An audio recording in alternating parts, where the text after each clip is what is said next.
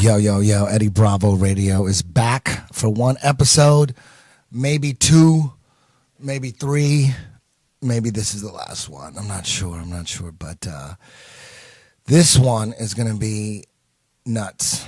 It's going to be super, super crazy, man. I finally decided, TJ, let's do it. Let's do one show, and let's do it on flat motherfucking Earth. And let me tell you my flat Earth story real quick. About 2 years ago, maybe a year and a half ago, something like that. I forget the timeline, but it was about 2 years ago, year and a half ago. I'm on Joe Rogan's podcast, and he's trying to explain how dumb people are by bringing up flat Earth. He goes, dude, there's people that believe in flat Earth, and they think the sun is 3,000 miles away. And I remember thinking, wow, something like, man, they got to be super religious Christians that believe that. I mean, that's the most incredible thing ever, that there's people. They must be really like hardcore Bible thumpers. That's what I thought. Didn't think too much about them. Like, well, whatever, they could believe whatever they want. Didn't put any thought into it at all. And then a few months later, Joe Rogan brings it up again. He says, there's people that believe the earth is flat and the sun is 3,000 miles away. And I thought, wow, that must be like some kind of CIA psyop, like the new Scientology. You know what I mean? It's got to be something nutty like that, because how could anybody believe that the earth is flat? It's ridiculous. And then time goes by, and I'm in class, talking conspiracy theories with some of my students, and my boy Manny, who's a total conspiracy theorist, fully, like 100% awake. He's not like half awake. He looks at me and goes, hey, man, you ever look into flat earth? And I looked at him instantly, and I thought, wow, I can never believe anything that comes out of this guy's mouth again. I thought I lost a soldier. I couldn't believe it. I was like ashamed, like, fuck, man, don't ever bring that shit up around me again. It's embarrassing. You know what I mean? I thought you were my dog. I thought I lost a soldier. And then a few months later, another guy comes up to me and says, hey, man, you ever look into flat earth? And I said, I thought he was just the dumbest motherfucker ever for saying that. And I didn't say that. I just thought that. I said something like, man, that's got to be some kind of CIA operation. And he said, listen, man, I got a master's in engineering. Look into it. And we were arguing back and forth, because I had an iPhone that had that, that default picture of the globe.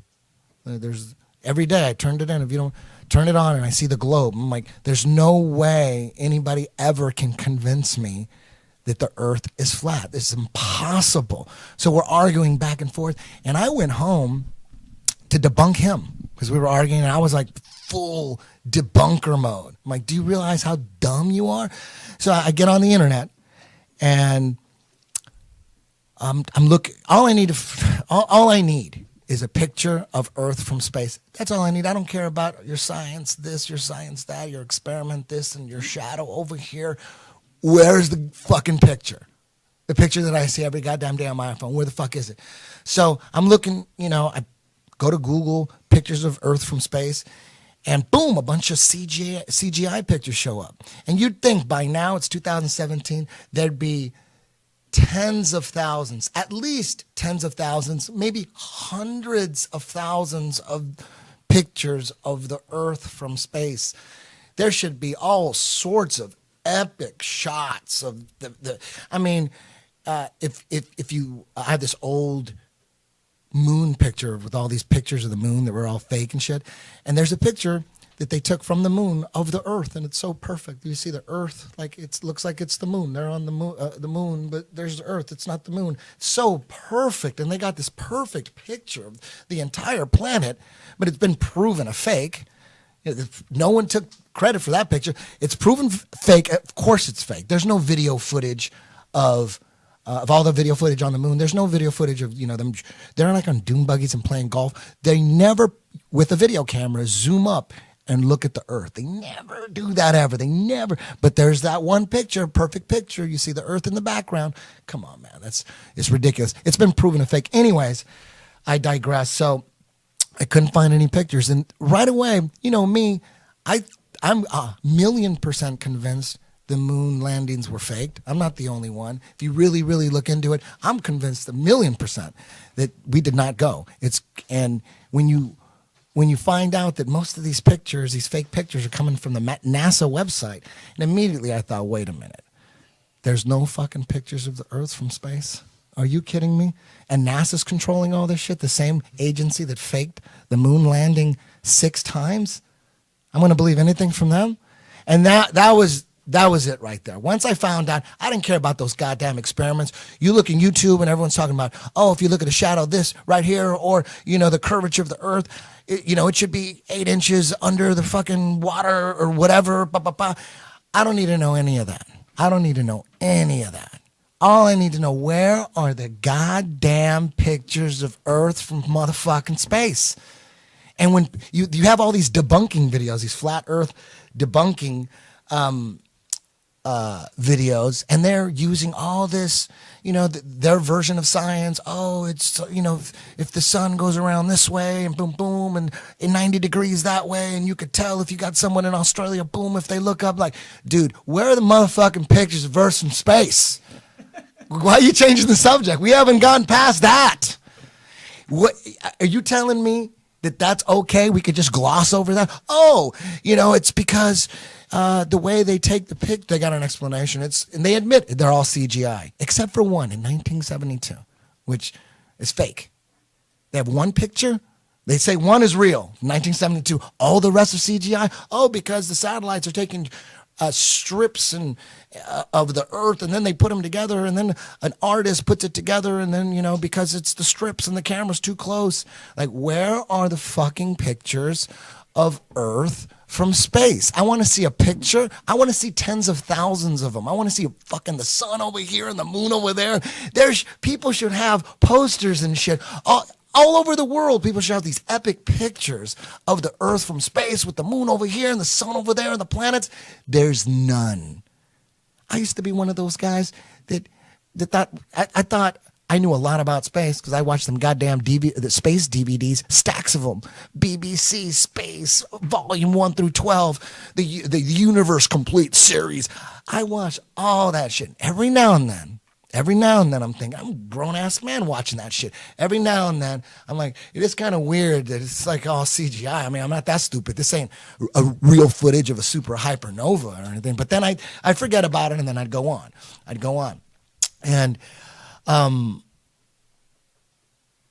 then now, when you sit there and think about it, like, holy shit, everything from space is CGI? What the fuck? I'm not saying the Earth is flat. I am not saying the Earth is flat. There are no pictures of the flat Earth from space. Then I'll believe it's flat.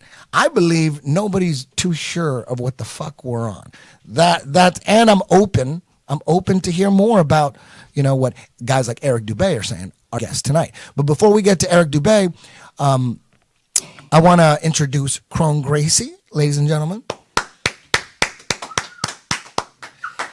Superstar, BJJ, black belt, son of Hickson Gracie, MMA fighter, fucking people up and rising. He's rising to the top. And yesterday, I get a call from Kron. And he said, hey, man, I see what you're doing. You're coming out. And I'm like, I'm not totally coming out. I'm making it clear. I don't know that the Earth is flat. I need to see pictures from fucking space. Show me some pictures of Earth from space. You got all these goddamn satellites. You're spending billions and billions of motherfucking dollars. All this goddamn money. What do we have to show for it?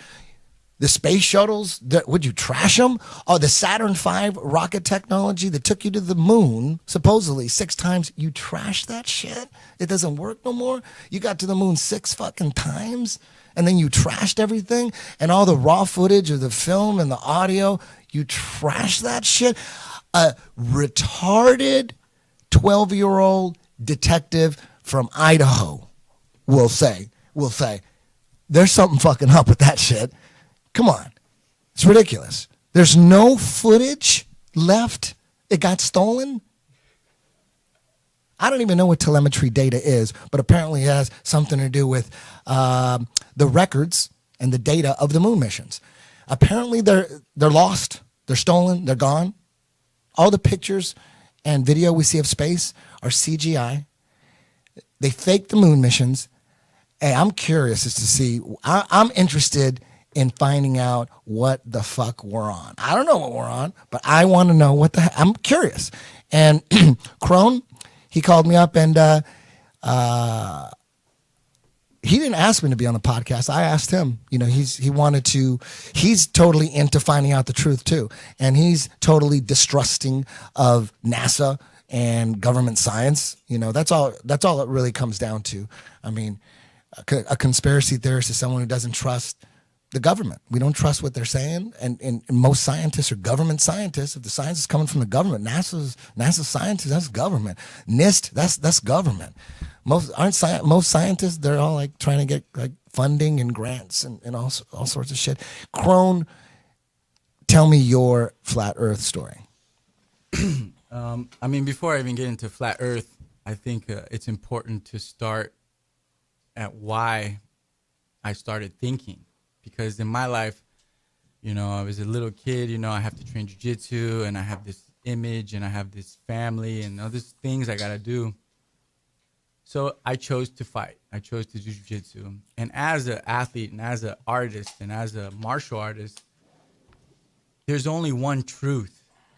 You know, it either works or it doesn't work. So I train jiu-jitsu, and when something doesn't work, you know, you have to be honest with yourself to know that it doesn't work, and then to be like, okay, let me find something that does work, and let me find the truth, because only the truth is going to solve my problems.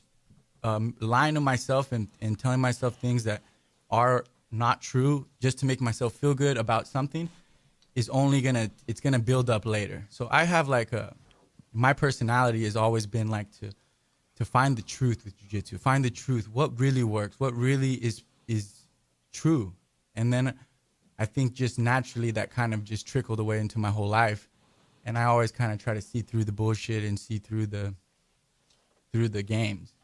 But I was never really into conspiracy theories and like into that kind of stuff, or into being like protecting the animals or all this stuff. You know, as a kid, I was like, fuck all that shit. It's all bullshit. I just got to do jiu-jitsu. I just got to fight. I just got to put my energy into this.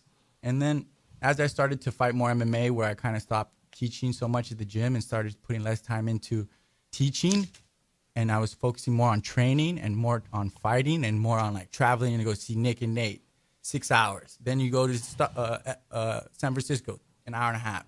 So I spent a lot of time on my own, a lot of time driving, a lot of time to think.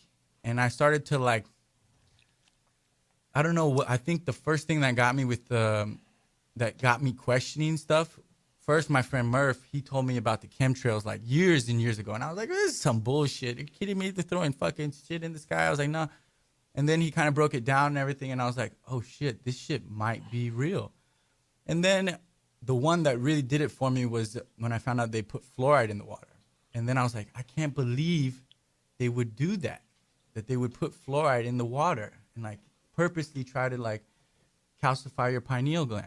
So once I realized that it was on purpose, that it wasn't an accident, then I started to ask questions about everything. I went through this fucking wormhole of all this shit, and you get depressed to learn about how fucked up the world is and learning about all this shit. But I'm at a point now where I'm at ease with it, because the only thing I can do is try to make it better. It's already fucked up, but it's like a good fucked up. It's like an interesting game we play, because the world's so fucked up, and it's like now we have our own roles. Who's gonna try to save the world? Who's gonna try to destroy the world? Who's gonna not do shit?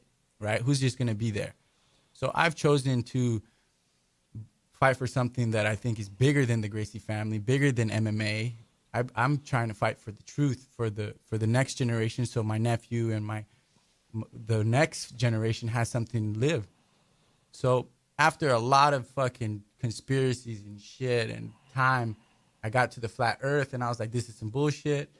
And then looking into it more, I believed in it for a while. I was like, oh, fuck, this might be true. And then I was like, nah, fuck that. That's not bullshit. I can't believe in this. And then I got back to it and I started researching. I actually seen a lot of your stuff, Eric. I've been watching a lot of your videos for a long time. I'm a big fan. But after a while, I realized it was true. And from what I've collected in the universe, from what I've seen, I think there's more things proving me that the Earth is flat than that it's spinning at 1,000,000 miles per hour, or actually 666 miles per hour, which is fucking interesting. And that we don't, like, it always was like crazy. Like, man, you're telling me that we're spinning, and then we're spinning around the sun, and the sun is shooting down this fucking shit, and we're just sitting here chilling on this podcast, like, no big deal. It's like, doop, doop, doop. Like, that's always been crazy to me. So I never, it was like just a baffling thing to try to grasp. And then, so now I'm like, I understand. I have like things that I really believe that the Earth is flat, more so than the Earth is round. And so I'm like that. I'm at that stage where I don't want to be the one to like be like, oh, you guys have to fucking believe the Earth is flat, blah, blah, because that doesn't do anything either. I think that we all just need to understand that the more we spark the truth, it takes time, you know, to get to somewhere where the things that I know, it takes time. It doesn't mean that it won't happen. It just takes time. So it's like, first you got to get into the moon landing. If you don't believe in that, then you got to research that. Yeah, that's the first one. Because if you research the moon landings and you believe we still went, then you need to, there might be Game of Thrones reruns tonight. You are not going to enjoy this podcast. Because but just because you believe that the moon landings were hoax doesn't mean you're going to, that's a big leap from the moon hoax to flat Earth. That's huge. Most conspiracy theorists think the flat Earth thing is not true. It's for sure. It's like a CIA psyop. That's what. Yeah. There's people think that Eric is a CIA shill and trying to spread disinformation. TJ, tell me you are not a flat earther, but give me your story. But I got questions too before we get into. I got questions for Eric too, because there is some questions that I do have. So we'll get back to that later. But I'm not like. I look at what we have, and from what we have, from what information I have, I'm more on the side of flat Earth. But I still got questions, and I still am a student of the truth. And until somebody proves me differently, I believe in what the chips I've collected. DJ? I mean, here's the thing that's interesting about this whole flat Earth thing. I believe that the Earth is round. I've been told that forever. I have no reason really to believe otherwise, but I've believed a lot of things over, the last 33 years that I've been alive, and a lot of those things have been proven not to be exactly accurate. When I was a kid, and I don't want to get all crazy, but like marijuana was treated like heroin. You know what I mean? And now you have people out there that are saying the same thing, that it actually is heroin, which is crazy. But we have state governments that are regulating marijuana, and the reason I bring up marijuana is because like it was such a bad thing for the longest time, and now it's helping local economies, and it's. I mean, how many states is it legalized in? It's like 2 for sure recreationally already in the books. I think 5 or 6. Right, but now I mean California, it's pretty much there. Yeah. It's not on the books yet per se, but. Like, my point is like we have this war on drugs, and then all of a sudden it's like, well, never mind. We're okay with it now. We're gonna make money and tax it, etc. It's just I'm using that as a example of taking a big leap from one stance to another, and that's different. But my point is, we are told for the longest time things are a certain way, and then we find out that the stance is softened or just to me, like, you need to question things. Now, again, I think that the Earth is round. I have a bunch of questions, and obviously you're going to bring Eric on, and we can ask him because he's going to make some points, and I'm going to write down some more questions. But for me, I think that if you get like animated to the point where you're like, you're stupid, you're dumb, you're delirious, you're crazy, why won't you just hear somebody out first? Do you know what I mean? Like, why would you not hear somebody out? And what's weird about this one is it's sweeping the nation. Like, it's sweeping the world. Like, so many people. Like, I think about, like, conspiracy theories. Flat Earth, to me, would be the most unlikely one. Look up at the sky. The moon, that's round. At least it looks round to me here. I mean, I'm curious. Does Eric think that the moon is flat? Does Eric think that the everything? There's a lot of questions. Right. There's a lot of questions. And my point is like, you're doing yourself a disservice if you won't just ask some questions to anything. Is the sky blue? What is blue? Is your blue my blue, or is it green? Not sure. But you know what I mean? Like, don't ever be set in your ways about anything. Yeah. My co-host is my best friend since I was 16.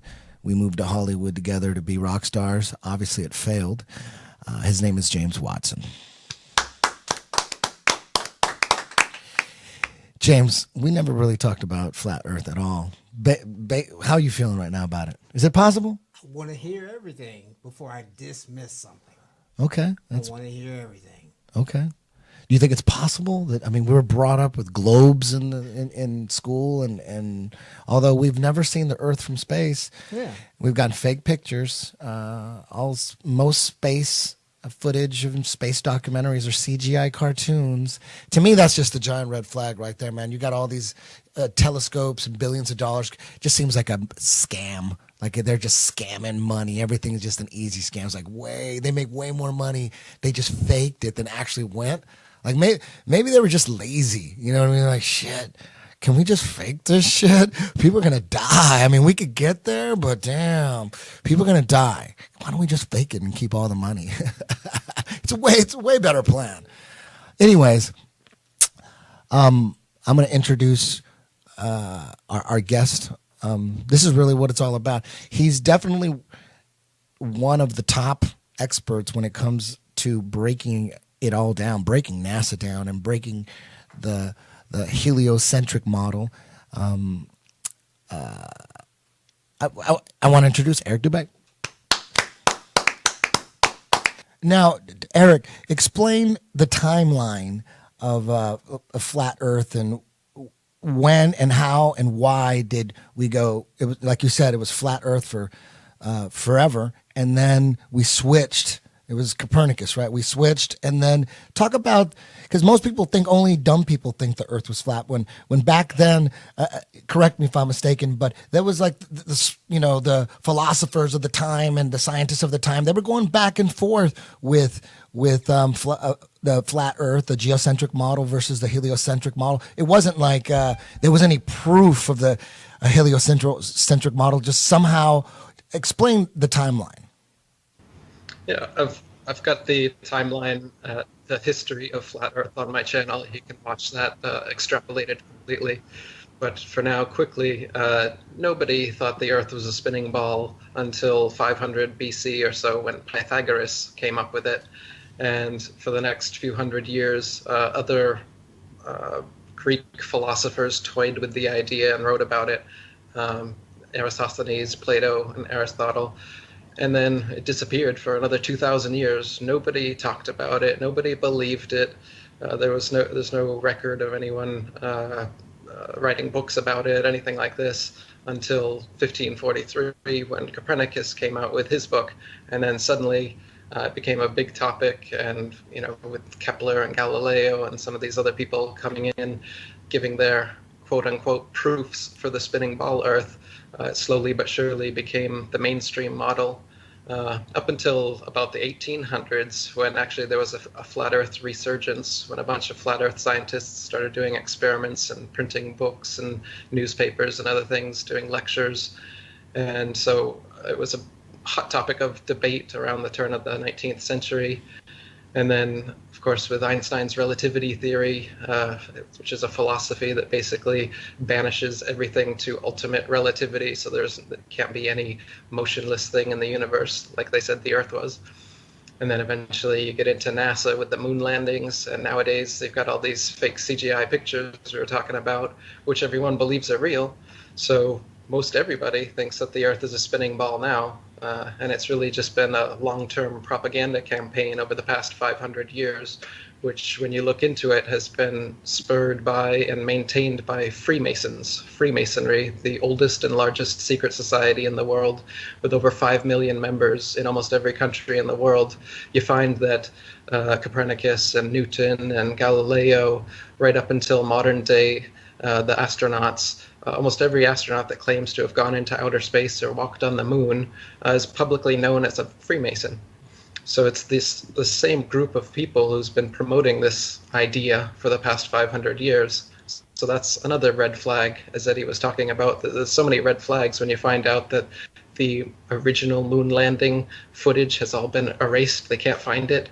And the telemetry data can't find that. Things that would actually confirm these things to be true.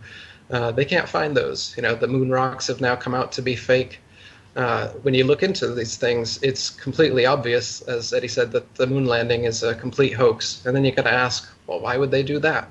And when you look at the history of flat Earth, and you see that the moon landing hoax allowed them to hypothetically get far enough away from their ball Earth to take a picture of it, that is the main reason for the moon landing hoax, is to perpetuate, to continue to propagandize with this spinning ball, Big Bang evolution cosmology that they've come up with, where you're nothing, you're just a speck of dust in an infinite universe that came about from a random Big Bang accident with no consciousness or life involved, and then suddenly, somehow, out of nothing, consciousness, life, diversity, nature, everything that you see around you just came into existence through slow evolution of cold, hard matter, and then somehow consciousness and life comes into it. So they have this whole materialist philosophy that they've been trying to inculcate the world into, and the spinning ball Earth is just part of it. As I'm saying, it gets into evolution and Big Bang and all this other crap. And the idea is to make you believe, well, first of all, the idea is to have you stop trusting your own senses, your own experiments and experience, and to instead trust these authority figures who are giving you information, giving you pictures and videos and saying, this is the truth, trust us, instead of trusting yourself, which using your own devices and your own methods, it's easy to prove that the Earth is not a spinning ball. I have a book called 200 Proofs the Earth is Not a Spinning Ball. Everyone can check out. And you can see for yourself. I mean, NASA doesn't even claim to have 200 proofs that we live on a spinning ball. The most you'll ever be able to find is 10. They've never felt the need to try to come up with more than 10 supposed proofs that you live on a spinning ball.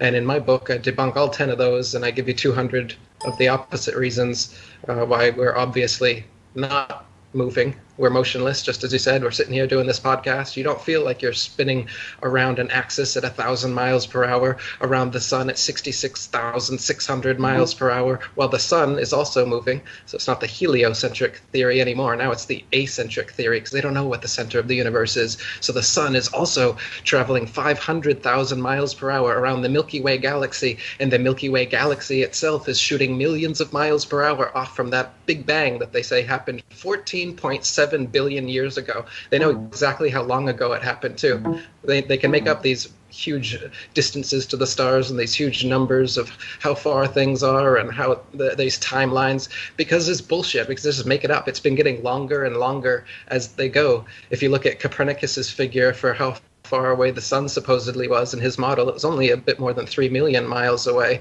But then you go to Newton and it was up to 26 million, and you keep going. At one time it was over 104 million, and then they've brought it back down to 93 million right now. That's where we're at now. But flat earthers throughout the centuries, as Eddie said, have measured using sextants and plane trigonometry from different points all over the plane, and found out that the sun is very close and very small. It's like a spotlight that illuminates over the plane. About 3,000 miles above us, about 30 miles in diameter is what you get from using these actual measurements that we can do without having to trust these random scientists and their random theories. I mean, do you know how they say that they come up with the distances to the stars? The stars, they figure out how far away they are by taking a star up to a little color chart and determining how blue it is or how red it is. And they say, oh, it's blue shifting. It's blue shifting at this rate, so we know that it's this many light years away from us. A light year is another Star Trek term they came up with to make things that are trillions and trillions and trillions of miles away, supposedly, sound more plausible. So again, they just... It's magic, you know. Oh, it's 10 trillion light years away, and we know because of the gradient of the blue on the redshift on our little color scale. Yet you can, with a telescope or with a zoom camera, with your own eyes, look at any star any night and notice every single color of the rainbow and watch it fluctuate through all colors like a pulsating disco ball.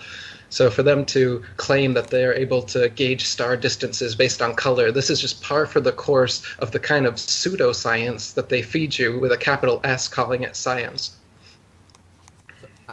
I'm already convinced. So I mean, since since I already have done my research and I already get past this point of, I do believe the Earth is somewhat flat, from what we can see. But I have a couple questions. One, so the stars are just lights. They're not. They're just like when you look through telescopes. Because people say, when I start talking about this, they're like, wait, when I look through a telescope, I can see the Saturn, the rim on the Saturn thing. And so explain to the people what they are looking through the telescope, or if those photos on the internet are not even real photos. Can you look through a telescope and see the rim around Saturn? There's a halo and a light around the sky, so the world must be a spinning ball, is their argument. Yeah, you can see a little halo of light around Saturn in a telescope. But Saturn itself and all of the other wandering stars, which are now called planets, the ancients differentiated the stars only as fixed or wandering, because the fixed stars, you can see they maintain their relative positions to one another night after night, century after century. For thousands of years, Polaris has been exactly above the North Pole, and all of the other fixed stars revolve perfect circles around Polaris, staying in their constellations night after night. Yet supposedly we're spinning around the sun while the sun spins around the galaxy, and the galaxy shooting off through the universe at those speeds that I mentioned earlier. If that was actually the case, then the night sky would never be the same 2 nights in a row. You would never come back around, or if you did, it would be millions of years, whatever. You wouldn't be able to have constellations. You wouldn't be able to track these things the way that we are. The only way that you can do it is because we're not moving. Everything else over our heads, all those lights in the sky that look like they're moving over us, they're doing exactly what it looks like they're doing. They're moving over and around us. We're not moving.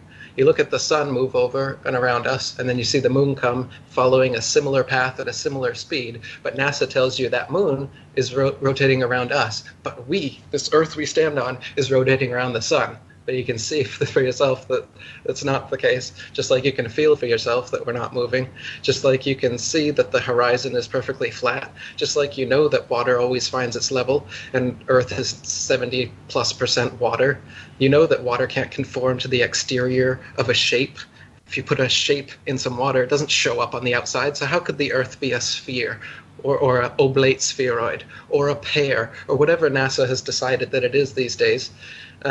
So when you look up at the stars or the planets, they're all just flashing little lights in the sky.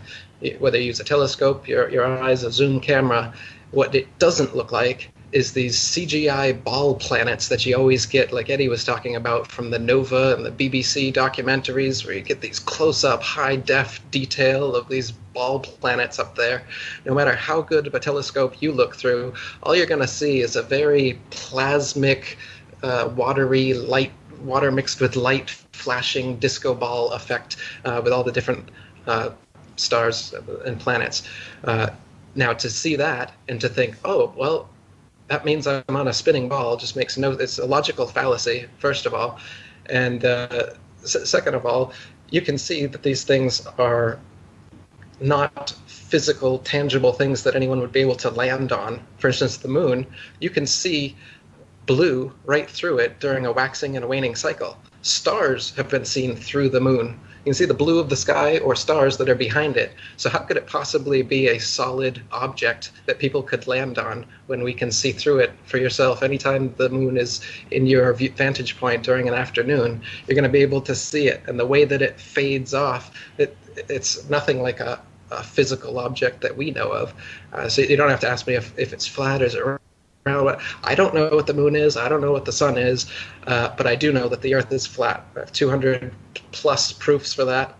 I heard Eddie say that there's no proof the Earth is flat. I don't know. Well, I do know. I'm absolutely sure the Earth is flat. And if you check out my channel, check out my websites, I've proven it over and over and over again. It's the one thing you can know for sure in this lifetime, is that the Earth is absolutely flat and motionless. It is the most easily proven conspiracy, and that's why it's taking the world by storm, as one of the other panelists said earlier, is because it's so easily proven. It's not like the JFK assassination, where you could, like Eddie was saying, you could spend your whole life trying to look into that and trying to figure out the ins and outs of it. And it's easy to find out that that was a conspiracy, that it is not the way that they told us it was. But to find out exactly what it is, that's difficult. But with the flat Earth, it's not. It's simple. It's here every day. You can perform experiments yourself anytime you want to. People are doing it every day. There's YouTubers, Facebookers, all over social media that are doing their own experiments, proving over and over again that the Earth is flat and motionless. Meanwhile, NASA's running with their tail between their legs in damage control mode, trying to say that they've discovered gravitational waves and 7 new Earth-like planets to try and keep the sheeple in line. In reality, the world's waking up, and Eddie Bravo and you guys, Kron Gracie, it's great talking to you too. You guys are all legends. You guys are helping bring this out. Like you said, us martial artists here, we're truth warriors. We're more than just here to compete and win for the glory of making it first or whatever. How about actually getting the truth out? This is what's most important. I've scaled back on my martial arts training and teaching a lot so that I can do this. I think it's more important. I think this is the most important thing that I could be doing right now. I think this is the most important issue anyone can be talking about right now, because we've been lied to for 500 years. And when you get this out, it's like a balloon rising to the surface being held underwater for 500 years. Water's going to splash all over the place. And it's exactly what we need in this fucked up world that we live in, where they've been lying to us in school. The entire media is controlled. The governments are controlled. And it's all part of this system. And this easily proven conspiracy of the flat earth brings that all to the forefront so people can see clearly that we have been lied to. This shit's real. And so I'm, big kudos to you guys for doing what you're doing. It's difficult to get people with any sort of fame, any sort of following to come out about these things.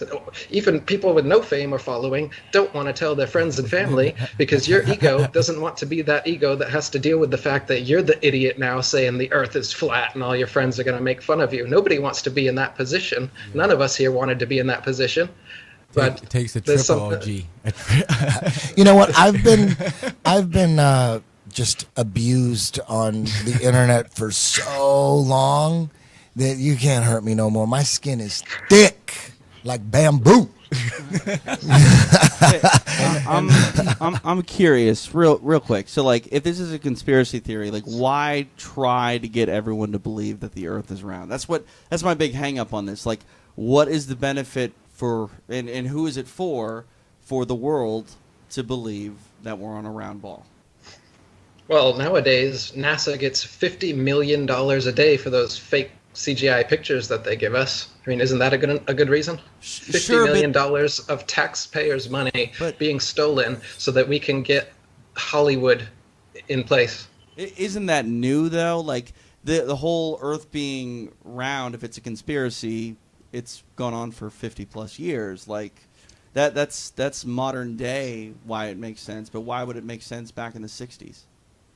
Sure. Well, it makes sense going back as far as you want to, because if you want to control a population, do you think you go and you tell them exactly the truth about everything that's going on in the Earth that they're living in and how they came to be and what their place is in the cosmos? Do you think it's a good idea to tell them exactly what it is? Or would it be a better idea to tell them the exact friggin' opposite of what it is and make them believe that, so that it disempowers them, so that it turns you into the authority, so that all their information about space and the planets and cosmology and where we came from and where we might be going and who humanity really is comes from these few people: Neil deGrasse Tyson, Brian Cox. You get your little spokespeople, and they are now the purveyors of all truth off of this flat world that we live on, trying to tell us otherwise.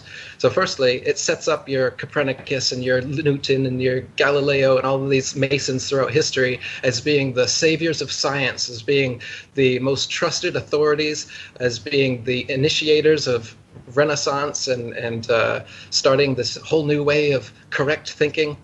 So obviously, if you're going to control people, you have to lie to them. What's the biggest lie you could possibly lie to them about? This is it. But beyond that, I understand that people have to ask why, and it's perplexing. Oh, why would they do it? And you get caught there. But think of a detective coming upon a murder scene. Like I told you, I've got more than 200 proofs. You could spend days and days and days online seeing proof after proof, experiment after experiment, or you can just use your own eyes and experience and figure out that, of course, the Earth is flat and motionless. But you can do these things. But instead, what most people will do is they will wait until they can think of a motive that makes sense to them for why something like this could possibly happen before they will even take a minute to do some research about it. And I'm not saying this about you. I'm saying this about this general question that gets asked over and over again. A detective doesn't sit there at a crime scene covered in blood with corpses everywhere and say, I'm not sure if there was a murder here because I don't see the motive. What they do is they gather evidence and they figure out what is actually going on in the crime scene. And that's what I did, and that's what all flat earthers did. They bypassed their cognitive dissonance. They bypassed their what they thought they knew long enough to look at the evidence, not to look at a motive. We can look at that later. But look at the evidence first. If a lot of you people listening now are caught up in this, I can't see why they would, what would be the motive for doing this lie? Bypass that for a second and look at the evidence, because the evidence is there that they have lied. We can worry about why later. Let's look at the evidence. Yeah, I agree with that. Now I have a question for you. What do you think about Admiral General E. Byrd? As in, what do you mean? As in, like the idea that he saw more land on the other side of Antarctica. Yeah, well, he said that there was more land past Antarctica in places that we hadn't discovered when he went down there. He said that on national television, and that there was more resources.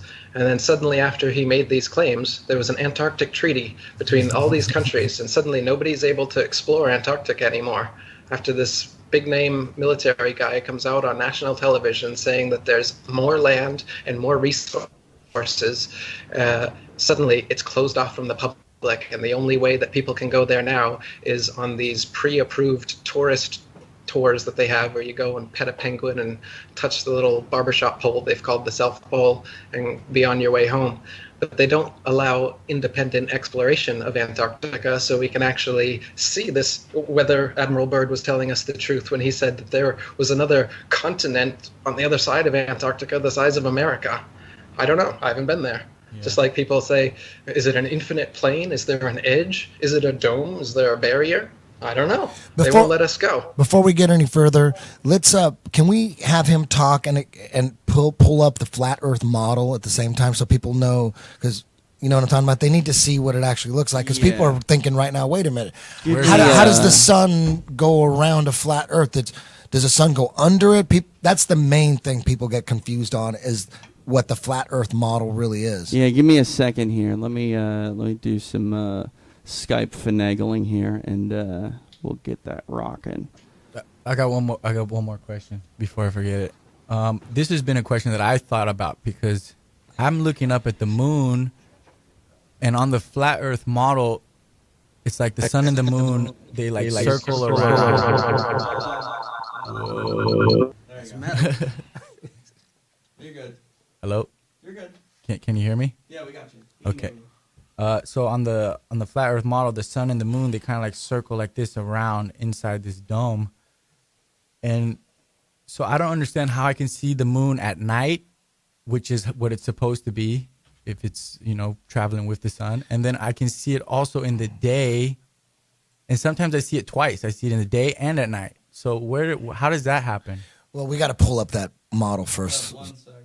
Okay, here we go. Okay, if we could show that to the audience while he explains. This is just the basic model. We're not saying you agree with this one. There's all these different models, but this is the basic one. Can you see this, Eric?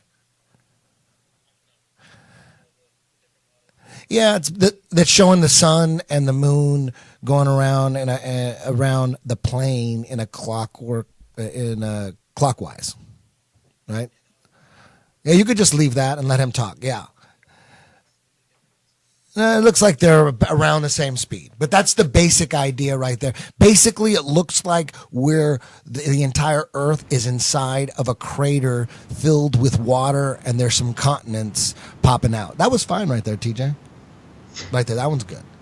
And then it's surrounded, and all the water's being held, and it's like we're in a crater, right? That's the basic idea, right, Eric? Yeah, the basic model would be you got to have water, has to be contained, so you can see Antarctica as an ice wall that contains all of the oceans, and beyond that we don't know. The North Pole is the very middle. and Polaris, the pole star, is right over the North Pole, and the continents are all in a circular shape around that. So to circumnavigate the flat Earth is just to go in a circle around the North Pole. So if your right shoulder is at Polaris the whole time, you'll eventually make a complete circumnavigation of Earth and come back to where you were, going clockwise, or if it's on your left side, going the other way. And this is how navigation was done back in the day. What's never been done is a north-south circumnavigation, which, it's impossible to do on a ball. You go around like this on the flat plane we live on. It's impossible to come up around the underside. Like I said, nobody knows what's on the underside. In the ball model, they claim that there's a molten core, and then there's an outer mantle and an inner mantle and a crust, outer crust and an inner crust. They've got all these layers, supposedly, of the ball Earth that they teach us in school. Yet in reality, the Russian Kola Ultra Deep, which is the largest drilling operation in history, tried drilling down into the Earth, spent 30, 40 years doing it, and they were only able to get to 8 miles down, which is not even through the outer crust that they talk about in their models. So they don't know that there's an inner crust and a molten metal core and all this other crap that they go on about. It's completely hypothetical. They just put it in the textbooks and then everybody parrots it. But the reason you got to do it is if you're on a ball and you know that there's magnetic north, you got to come up with some excuse for it. So they say that there's magma somehow turning into magnetism, which never happens in the real world.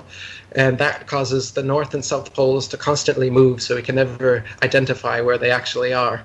This is a convenient excuse for why you can't go to their ceremonial South Pole with a compass in your hand and walk 360 degrees and have north be straight ahead of you. They give their excuse that, it's constantly moving because of the magnetic core and all this crap. But the North Pole doesn't move. The magnetic, everything is pointing towards it, and a compass only works on a flat plane. Imagine if you were in Australia or somewhere else, hanging upside down, as they tell you, on a ball, holding your compass flat, and it points straight ahead of you at north. Wouldn't north be up in outer space? How could north possibly work on a compass? This is just one of many, many proofs that the Earth is flat and motionless, just as it appears, just as we know. And the model you may be looking at, watching the sun and the moon going over them, they do circle around us in that way, but the sun is slightly faster than the moon. The moon takes about 25 hours, or the sun takes 24, and the moon's time changes about 10 minutes over its cycle. So they will pass each other, and you will see the moon during the afternoon, or even during the morning sometimes because of this. And so that's the actual model. They don't. A lot of the models, the computer models people have made, have them going perfectly opposite, and it's not perfectly opposite. They pass. So basically, in the flat Earth model, it's like we're in a crater and the North Pole's in the center, and there's got to be some kind of like powerful magnetism going on for compasses to always point to the center of this plane that we're on, right? I mean, and then coincidentally, the North Star is right above it, and all the stars and all those lights are going around Polaris, the North Pole star. So there's definitely some magnetism going on in the center of this flat plane, and it if you believe that, then you'd have to believe that the sun is like some electromagnetic ball of heat that is just going around this magnetic center. And the same thing with the moon. The moon must be this like light object or something, right? Because the one thing before I got into flat Earth at all, before I started, for years, the moon baffled me when they would say that the moon doesn't spin. The moon doesn't spin because we were taught that the Earth spins on its axis, and we know what a globe looks like, and you take that globe and you spin it. So you imagine that's what the Earth is, some spinning globe just floating in space. But the moon doesn't have an axis, and like mainstream science says the moon, we only see one side, we'll never see the other side. So that baffles me. Like, how is that even possible? I mean, shouldn't it kind of spin a little bit? But mainstream science will say it's, in layman's term, it's kind of like you're facing somebody, you're looking at someone, you guys are standing in front of each other, and then you hold hands, and then you start spinning. That's how the sun is in relation to the Earth. And I could never wrap my brain around the moon and how we only see one side and we only see the face. It's hard to even understand it now. Well, it's just more bullshit. They tell you that the moon is traveling this way at the exact opposite speed that the Earth travels this way, so it perfectly cancels out the motion so that we only ever see the exact same face no matter where or when we are on the Earth. But the reality is that the Earth is a flat plane, the moon is rotating around it in this style, and it actually turns this way as it rotates. It's not a ball turning the way that they say it is, but imagine a wheel, like a wagon wheel turned on its side, turning around this way. And this is why one of the ball proofs is that in the southern hemisphere, you can photograph the moon and it's upside down, and in the northern hemisphere, you photograph it and it's right side up. Therefore, the Earth is a ball. But again, it all depends on where and when you photograph the moon. I can show you on IFRS, the International Flat Earth Research Society. We've taken pictures of the moon at any and all inclinations of 360 degrees. So it's turning, but it's turning this direction. And we never see other faces. If it was a ball, someone from the southern hemisphere versus the North Pole versus mid-latitudes, we should see slightly different faces of the moon from those vantage points, but you always see the same rabbit or the same man on the moon, whatever you want to call it. Those same features are always there.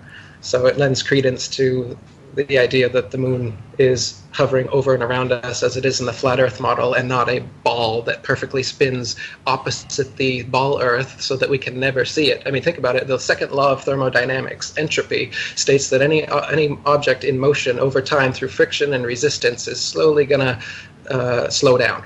So both the moon and the sun should be slowing down. The days should not be 24 hours. We should be able to calculate this. And there's plenty of drag and resistance in the atmosphere, so I don't see why they can hold up a theory that the Earth and the moon and the sun and all their crap spins at a perfectly uniform velocity, yet it's never changed whatsoever, yet their own laws of thermodynamics say that that's completely impossible. So their own science is at odds with itself. That's incredible. Now, explain gravity. Gravity. So gravity is a total subterfuge of the natural laws of density. So people want you to believe that before Isaac Newton lived and an apple dropped on his head, nobody in the world had ever thought of or been able to explain why stuff falls down. The reason that objects fall down is because they are denser than the medium that they are in. And the reason that an object would rise up is because that object is less dense than the medium it is in. So, for instance, that's why a raindrop falls down through the air and an air bubble rises up in the water. That's why a rock would fall down, but a helium balloon would rise up. It's not because gravity has an affinity for rocks and doesn't like balloons. It's because of density. It's all because of relative density. If you take a deep breath and you submerge yourself in water, you'll stay at the surface because you've just changed the density of your body. And if you exhale that breath, you're going to start to sink because you've just changed the density of your body. Gravity didn't just decide that it's got more of an affinity now and it's going to start sucking you down to the bottom of the ocean. All about density. So gravity is just complete bullshit that Isaac Newton made up so that Copernicus's spinning ball model would make any sense. And they said, oh, well, the reason things fall down is because there's this sucking force that pulls you to the center of massive objects. And of course, if that was the case, then we would be like magnetized to the Earth, and just stepping your foot off of the Earth would be like taking a heavy magnet off of a refrigerator, and stepping back would be like putting it back down again. And of course, they don't have a single example of any mass, by virtue of its mass alone, causing some other smaller mass to spin circles around or to stick to that mass because of its gravity. They say gravity just spontaneously happens when something's massive enough, and then non-massive things will either start spinning around it, like the planets, if that's what they want it to do, or they'll stick to it, like people, buildings, and the oceans, if that's what they want it to do. So gravity's their mythical magic force that causes us to stick to the mythical magic spinning ball Earth, when in reality, it's simple science. The natural physics of density and buoyancy determine that heavy things fall down and light things rise up. And they've been teaching us this crap in school since we're like 7 years old, so that we'll believe that oceans and buildings and people in Australia won't fall off the bottom of a ball. Ooh, that was a pretty good explanation. Now, what about Einstein's theory of relativity? How do you see that? So, like I said, relativity came up when the flat Earth movement was starting to grow at the turn of the century. Everyone was turning to flat Earth, and so they were in scramble mode trying to figure a way to get everybody back in their fantasy worldview. And so they came up with this philosophical idea of relativity, which banishes any non-moving object to obscurity, so that they say everything's moving, the Earth is moving, the stars are moving, the sun's moving, everything's moving, and that motion is all relative. So you can't say anything is stationary, and you can't even say anything is central. That's when they got rid of the heliocentric theory too. Oh, we don't know if that's the center. So relativity is just another philosophical subterfuge to get people to disbelieve their own senses and start to think that, hey man, it's all relative. It's like everything's moving, so you don't know if you're moving. You wouldn't feel it. That's why you hear from all these people like, you think it's motionless because you can't feel the motion, stupid. Like, it's so stupid to believe your own common sense. But that's what they've done. They've made it ridiculous to believe your own common sense, because we've all been taught since we were little children that, of course, that we're moving around at thousands of miles per hour. So relativity was just the next step, and just like NASA, the moon landing hoax was the next step. Shortly after that, they got to keep. Well, nowadays, like I said, gravitational waves apparently they found in 7 new Earth-like planets they just found last week. They have to come up with their damage control nonsense to keep spinning the fairy tales so that the entranced sheeple won't wake up to the flat Earth truth. And they've been doing it for 500 years. Relativity is just yet another step along that path of damage control to try and prevent people from understanding the truth. Yeah, I think that for me, my life is like really big on intuition and how I feel and what I sense. I'm kind of a sensitive person, so I trust my feelings and my intuition over anything. And right off the bat, I don't think that the Earth is spinning. It doesn't feel like we're spinning, and that's just off of my intuition, no science behind it. And when I go up in a plane and I go really high, I look out and it looks all flat. And one thing that I've been thinking about recently that I kind of started to feel, I didn't realize before, is when the sun is at 12 o'clock and it's midday, the sun is blazing hot. And then at 6 o'clock, the sun is already not hot as much. So if the sun was so far away, it shouldn't change temperatures off a little like churn. You just churn a little bit. Now it's like a lot different of a temperature. It's a lot different of the rays. So I think that means that the sun is a lot closer, because if it was so far away, one, it would churn black immediately, but it doesn't. It goes to sunset and it goes to like light out, but no sun. And then so it's like this process of like almost the sun going further away from you, because I can feel it. I can feel it on my skin when I run at 12 o'clock in the day, or when I run at 5 o'clock. I'm like, fuck, 5 o'clock is too late. I'm not getting enough sun. I need more sun in my life. So I think that my feeling has always been taking me to where I feel like it's true. And I'm like, man, this doesn't make any sense. Because one, I don't feel like we're spinning. I don't feel like when I go up in a plane that we're on a ball. When I go to Japan, I fly 10 hours. When I fly back, it's 9. It would be twice. It would be 5 hours to get there and then 20 hours to get back. It would be such a big difference in the time it takes to get to places if the Earth was spinning. But since it's not spinning, it's basically the same time. Imagine going to Australia and then coming back, it's the same time. It's like, wait, what about the fucking spin? Eric, what do they claim is the proof that, and when did they technically prove that the Earth is spinning? Didn't it have something to do with pendulums or something? We can't hear him. But they've tried to claim that it does, including using pendulums. In the mid-1800s, a guy named Leon Foucault started swinging pendulums and putting little pins at the end, and he used a ball and socket joint so that the pendulum was able to swing in a circle, and claimed that that's the Earth moving underneath the pendulum. And nowadays in museums all over the world, this stupid trick is still being used, where they put a pendulum, and and the modern day ones are computer run. They're not even like real pendulums, but an actual pendulum, and it would all be determined based on how you start the motion. There's no way to not give some slight lateral bias at the beginning of starting a pendulum in motion. And so sometimes the pendulums would swing way too fast, sometimes they'd swing too slow, sometimes they'd swing the opposite direction, sometimes they wouldn't swing at all. But these pendulums are being used all over the world now as proof that the Earth is spinning underneath them. You have another question? Not at the moment. Now, what TJ? That video I sent you that we were going to debunk. I sent you that YouTube link that we were going to debunk. Right? It's basically the top 10. What do the top 10 flat Earth debunkers say? What's the usual thing that they say? Like, there's no way the Earth is flat because the planets. What is the most popular one?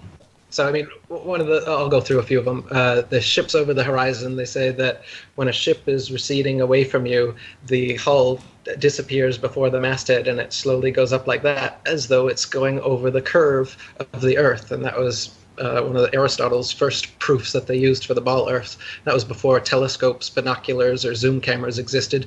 Nowadays, you can test that for yourself. You watch any ship going away from you until it completely goes over the curve beyond the horizon where you can't see it, and then you take your zoom instrument, and you will be able to zoom completely back on the ship, hull and all the way back into view, proving that when something disappears beyond the horizon, it hasn't sunk below the curvature of a convex sphere. It has simply gone beyond your perspective as far as the law of perspective allows. So just depending on the strength of your instruments, your height, and the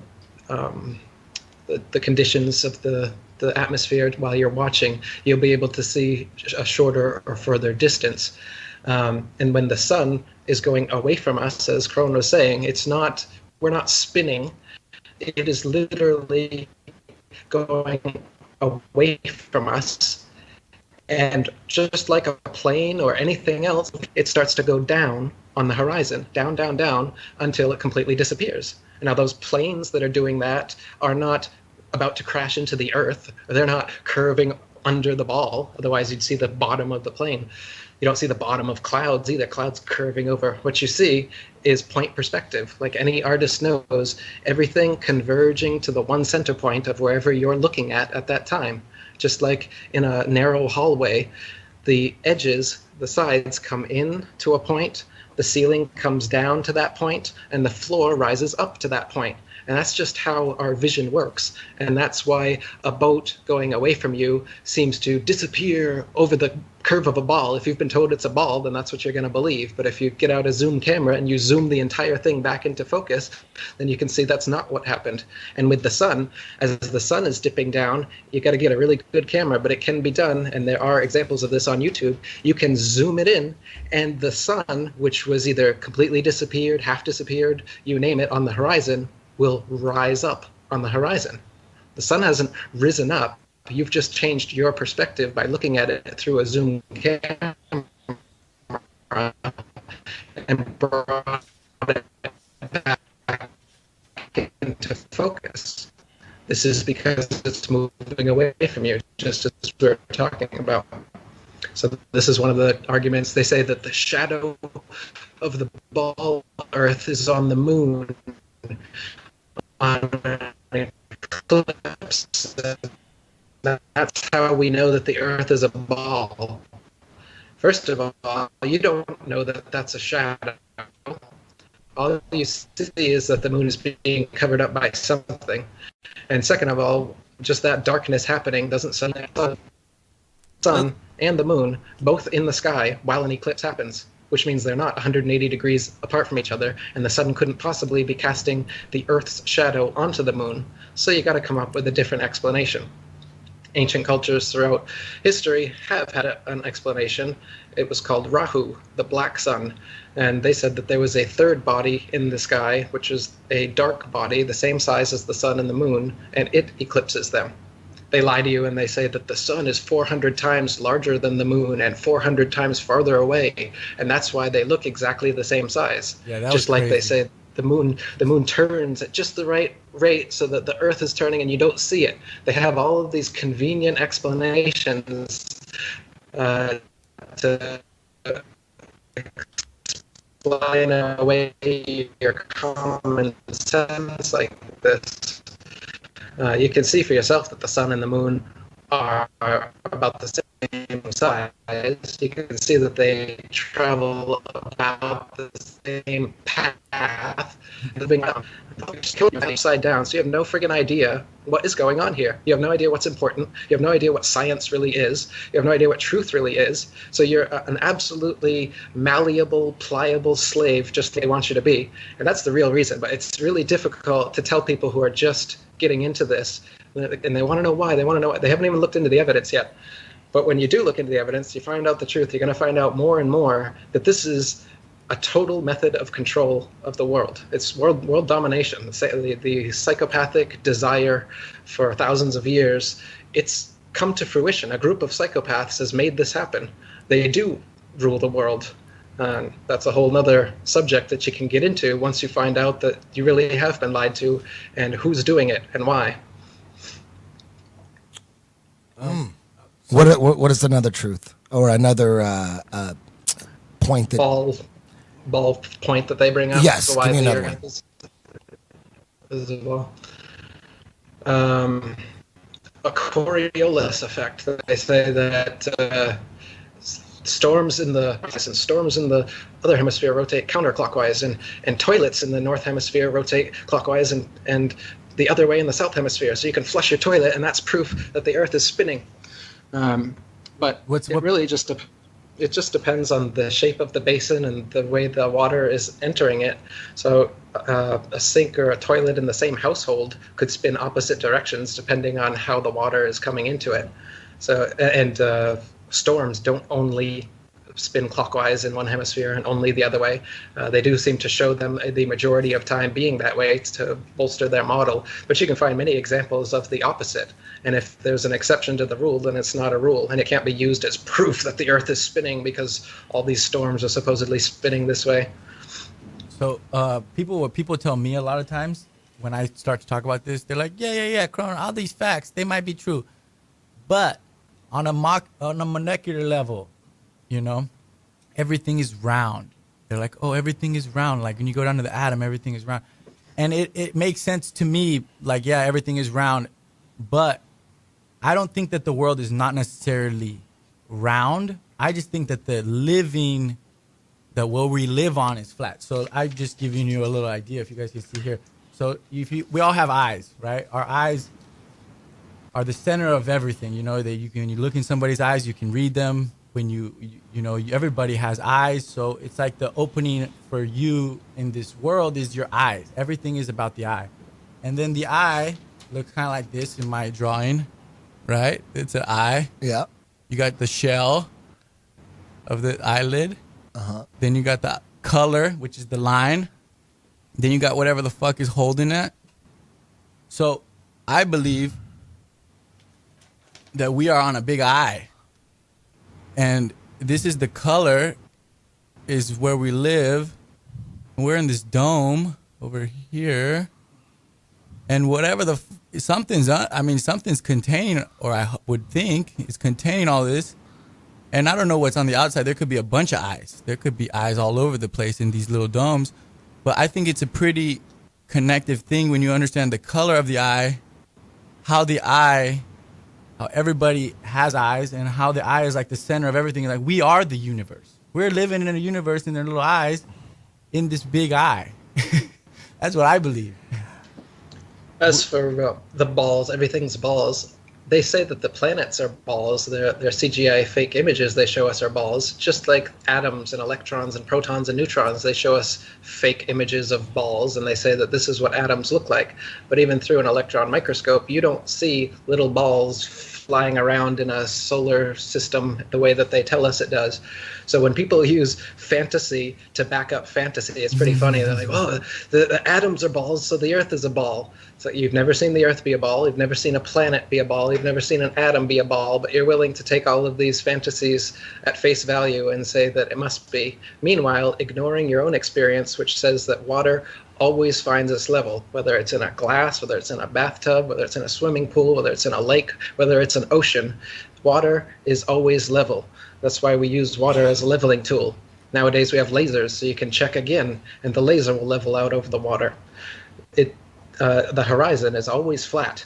And not only is it flat, 360 degrees around you, no matter how high you rise, it rises with you.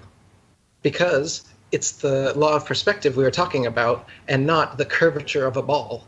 If the horizon was the curvature of the ball Earth, as you've been taught, then as you rose above it, no matter how big that ball was, it could be 1,000,000 times bigger than they say the Earth is. If it's a ball, it will curve away from you. And as you rise up, you would have to tilt your head and look down further and further to be able to see that horizon.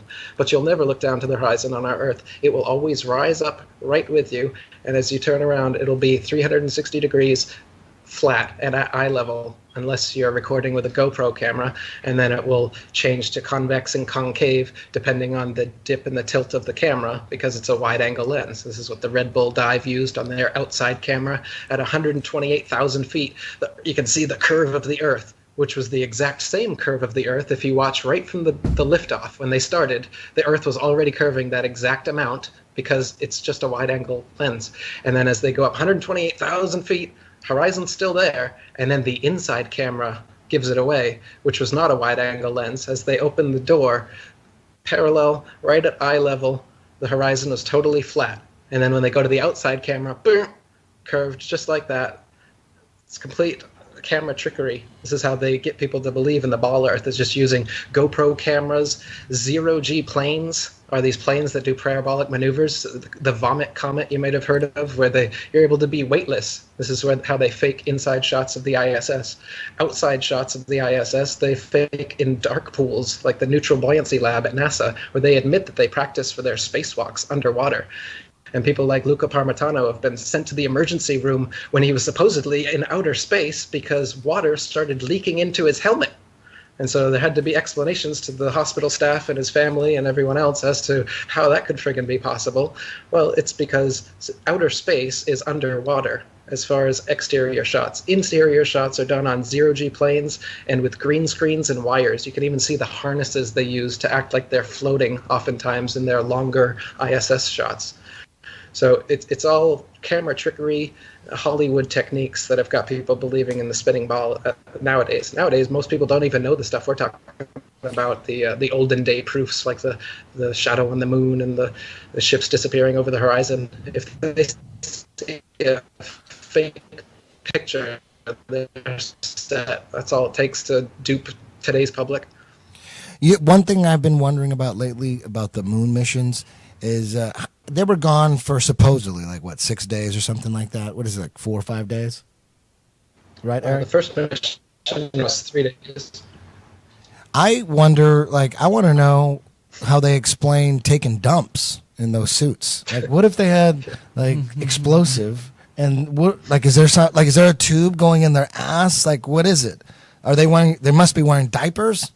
Is that what they're doing? Yeah, they claiming diapers. I think they have to wear diapers, right? Can you imagine having to take a dump on the moon? How you gonna?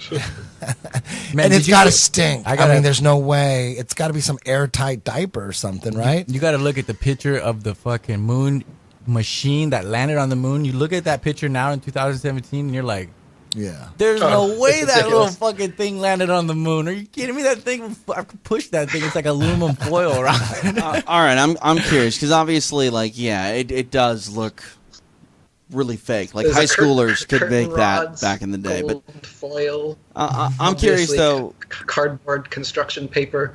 It looks like a 1960s version of what they thought futuristic shit would look like, and nowadays it looks absolutely laughable to think that could possibly have landed on the moon. As you said, there's no way they could take a shit on the moon. They say that they shit in diapers, but in reality, you can see Buzz Aldrin, if you look at some of the photographs they took while supposedly on the moon, and you look at the timestamps, 2 minutes elapses, and suddenly he's changed his gloves. Another 2 minutes elapses, and his boots are different. Another 2 minutes elapses, and he's got a different backpack on, or a whole different color spacesuit. So when you look into the moon landing, there's anomaly after anomaly after anomaly like this that you'll see, which shows that they were just faking it in a studio. The times on the picture, the timestamps they claim are complete nonsense. They just make it all up, and they fake the timeline. And then when you ask for actual evidence, like the original footage and the telemetry data, they just have to say, "We lost it. Sorry, $30 billion of your taxpayer money, the greatest accomplishment of mankind, having someone walk on the moon, but we lost the footage. Sorry about that." Okay, I'm having a lot of fun watching the head of NASA. I forget his name, the current head of NASA, or maybe he was the head of NASA 3 or 4 or 5 years ago. Him in front of Congress trying to get money and trying to increase their budget. Those are fucking hilarious. Have you seen these, Eric? Yeah. That's the funniest shit ever. Like the congressman going, "Wait, what do we need at $4 billion for? Didn't you guys already go to the moon?" And they're he's getting grilled, but this guy he sounds like a used car salesman it's hilarious. Right. I wish we could pull that up. You know what I'm talking about, right? The guys on we the can pull Mars it up. missions are like that too. Hey, I'm You look at curious. the NASA official spokespeople for the Mars missions. The Oh, absolute yes. actors, and you can see they're just filleting Satan to try and get a couple extra dollars of taxpayer money. You guys talk about NASA like they're the game in town. Like SpaceX is sending people into space next year. At least that's what they say. What do you guys think about that? Like, they want to take 2 civilians around to the dark side of the moon. Like, if I'm SpaceX right now, civilian number 1, if he's willing to get on the ship, is Eric Dubay. Because if I can shoot Eric Dubay up into space and he sees the world's round, case closed. Done. Over. Right? No? Yeah, SpaceX is just as private as Alex Jones, and that's why SpaceX is never going to admit this. Just like Alex Jones wouldn't allow your flat Earth videos on his site, Eddie. You think Alex Jones is you think Alex Jones is part of the establishment? Absolutely. He's just feeding. I know him. I just don't think so, because if he is controlled opposition, they fucked up. Because don't you think the establishment, the globalists, the people in charge, don't you think they wanted Hillary to win and they didn't want Trump? Because that's why everyone's against Trump. The CIA is against Trump. Everybody's against Trump. The whole political system, the Republicans, Democrats, entertainment, it's like Trump was an accident. And if Alex Jones is controlled opposition, that's a big fuck up there, right? Because he was responsible for Trump getting elected pretty much, right? There you go. Alex is just as establishment as Trump is, but the establishment wants you to think both of them are anti-establishment. And that's how their WWE game works, where they give you their polar opposites and you pick one or the other, and you're controlled either way. I think he really, really cares about bringing liberty back to this country. I think he really is anti-globalist. Your video. Well, he censored. Absolutely. That's why he censored your videos, because he totally canceled. That's why your videos were allowed up for the first video was up for 5 hours before he took it down, where you mentioned my name over and over again. And then the next video, you did the same thing. That one lasted 4 hours. But it's flat Earth, though. I understand, because when I first heard of it, like I said at the top of the podcast, when I first heard, he didn't just hear of it. I've been telling Alex Jones about flat Earth since 2009. But don't you understand how crazy it sounds? It does sound crazy, and most people think it's crazy. I was violently opposed to flat Earth whenever, really. I mean, I understand people not buying into it at first, and maybe not ever. There's enough debunker videos out there that, that if you get on the wrong video, it could just kill your whole journey, your truth journey by picking the wrong video, and then it's, you know what I mean? I understand why people laugh at the flat earth theory, because I did. I thought it was ridiculous. It made me angry and shit. So I get it. None of those guys at the Alex Jones show, to me, there's a big crew, and I can't say they're being paid by someone. They are, you know, they're on a certain level of conspiracy theory, right? They're 9/11's inside job. JFK was it was a conspiracy. They're on that level, but the flat Earth, space don't exist the way we think it exists. We've been lied to, and all that. That's a whole nother level. You know what I mean? So it'll take some time, but I think Alex Jones pulled my flat Earth stuff because it might distract from what his mission is. His mission is all about Trump.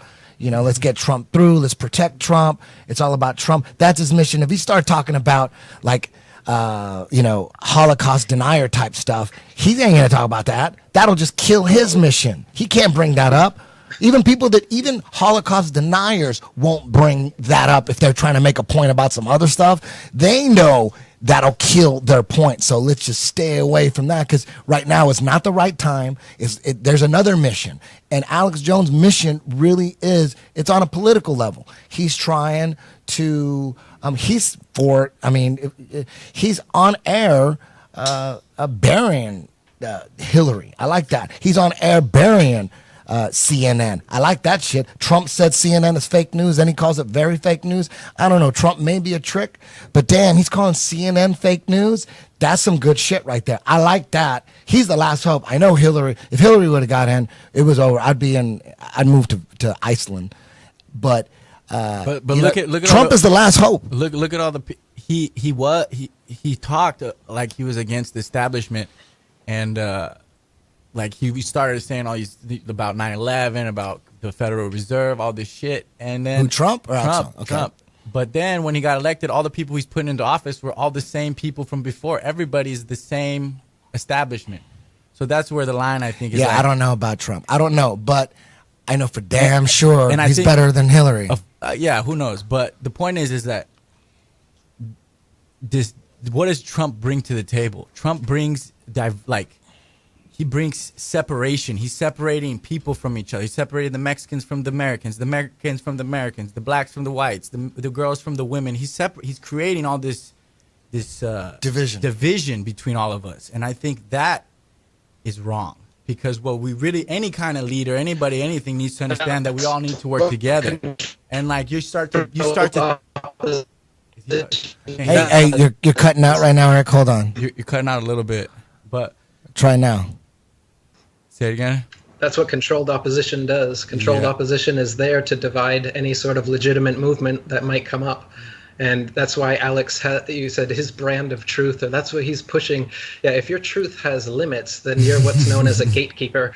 And that's exactly what he is. He's a gatekeeper so that you won't ever get into the idea that we haven't been on the moon. You'll never question any sort of cosmology or NASA. You'll never understand that the Earth is flat and that that's the biggest conspiracy of all of them. Nor will he tell you about the Masons and the Jews who control the Masons, who are above them. His show is all about watering it down and claiming that the Bilderberg group is the top of the conspiratorial capstone. They've only existed for 50 years, and they are the tippy top of his conspiracy. And you're breaking up a little bit. Let's maybe let it. Brand of conspiracy will think that these innocuous groups are actually bone broth is more along the lines of what Alex Jones is all about. The more bone broth and other that's what it's about. He's not about truth. I've been talking to Alex, trying to send him the truth for the longest time. He knows about me. That's why he deleted me off of your YouTube video. He's a complete gatekeeper, and it's so obvious to someone like me who's a genuine truth seeker, and I've been in this thing for over a decade.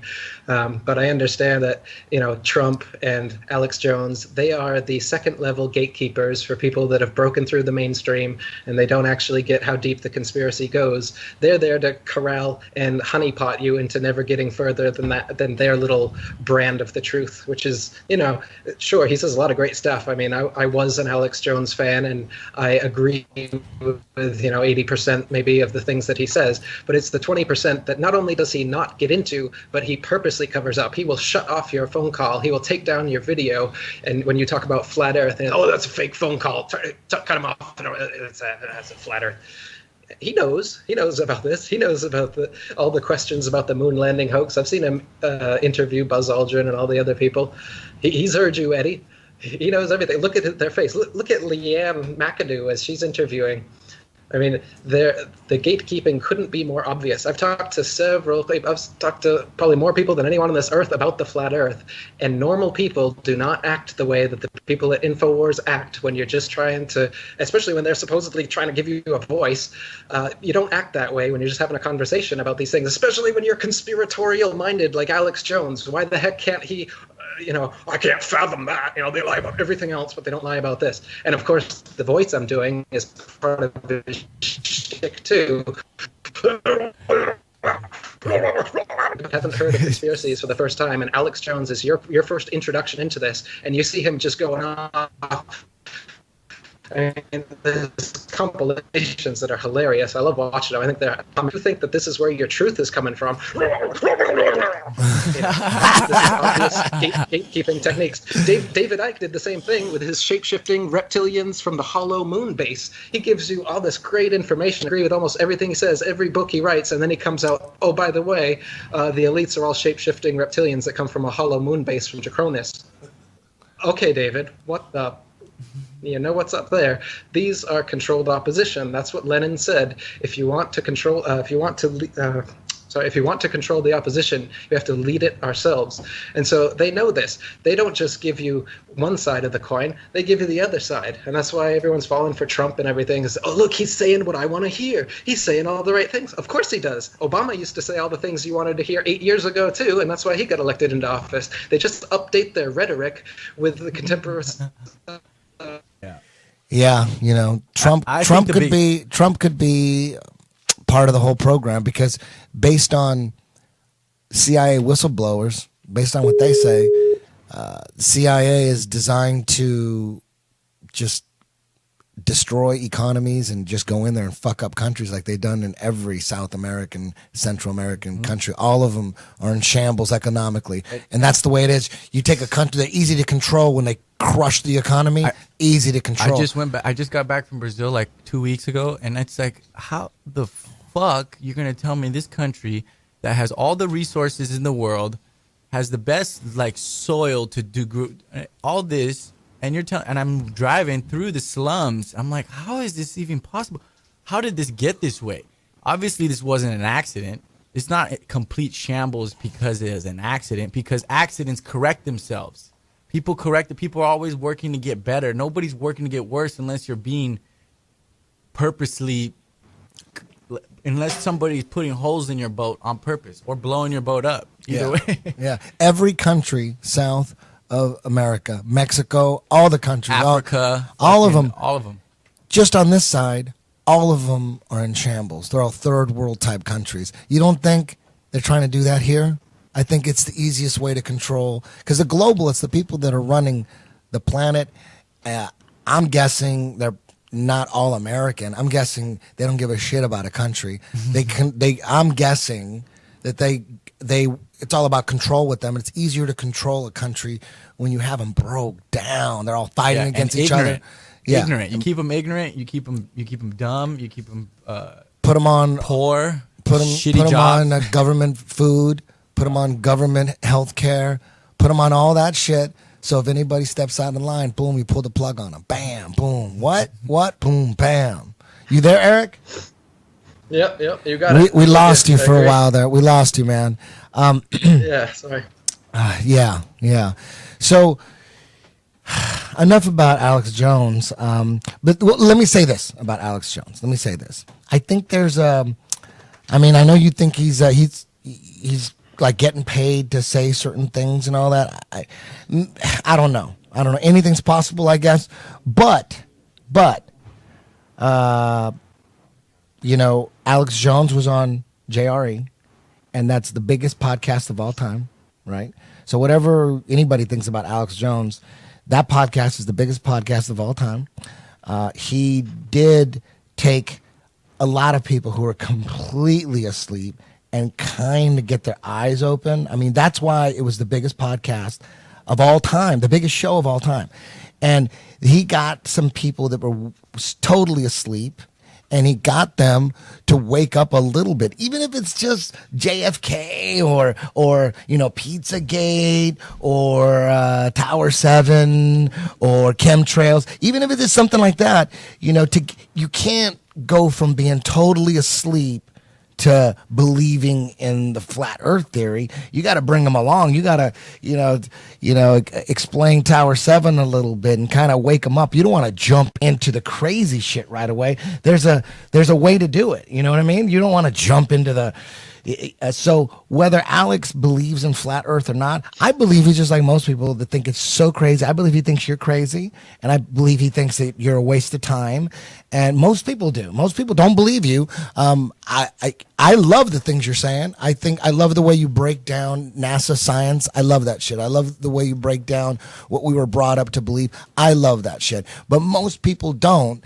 And just because Alex Jones doesn't want to have anything to do with you, I get it, you know, because I was that way. I was, you know, if someone would have introduced me to you a year ago and you were trying to come at me with flat earth, I would think you were the biggest fucking idiot ever. And I would tell you that. And maybe I wouldn't tell you that. You know, I know you do Wing Chun. Maybe I wouldn't say anything. But yeah, I get it. So my point is, Alex Jones goes on Jerry, opens up, he cracks open a lot of brains, even if it's on the low level conspiracy. And even you yourself, you said, I've heard you talk about how you got into flat earth at first. You got into Alex Jones, you got into 9/11, JFK, and then you thought Alex Jones was a gatekeeper. So then you moved up to different levels of conspiracies. But even just that, you could say he is the gatekeeper. He did open the door. So whether he's getting paid by Israel or whatever that is, we're right here, me and you talking. You know what I mean? And people always tell me Alex Jones is a shill. You're not the only one. I've heard that by so many different conspiracy theories, and I think a lot of it has to do with you're on different missions. You know, if you're on a mission to wake people up about healthcare or whatever, that's your mission. If you're on a mission to wake people up about what's going on in Africa, that's your mission. If I'm trying to explain apartheid to someone and I get into, you know, nuclear bombs don't exist, that's just going to kill everything. You know what I mean? And you could say, but, you know, the reason you got to understand that to understand everything. Whether he's controlled opposition or not, it's like, you know, I think, you know, he's opened up a lot of people's eyes on that podcast. Then I ended up going on his show, dropping flat earth bombs and, you know, that dinner conversation we had. So it's all like you know, I'm not mad at Alex Jones. You know, he's got his thing. He's into Trump, whatever. Maybe Trump is a big trick. Maybe he's part of it and doesn't know it. But to me, he's just a guy who doesn't need a teleprompter. And I mean, very few people can do that. No teleprompter and can go for 6 hours straight, dropping all sorts of political stuff, political documents and CIA documents and chemtrail this and healthcare here and NSA here. He's on that level. There's nothing wrong with that. Everything he said, like he's saying, like 90% of the things he says, I agree with, and it seems like he's into, you know, his family, and he's into, you know, Americana, as he says. He's definitely not on the Hillary side, and that's a beautiful thing, because for me, I believe that whole Hillary, Podesta, Bill Clinton, Obama, even the Bushes, all that was the true darkness. That's the true darkness. Trump might be part of that too, but for sure we know Hillary, Obama, Bill, all that side, that's the darkness right there.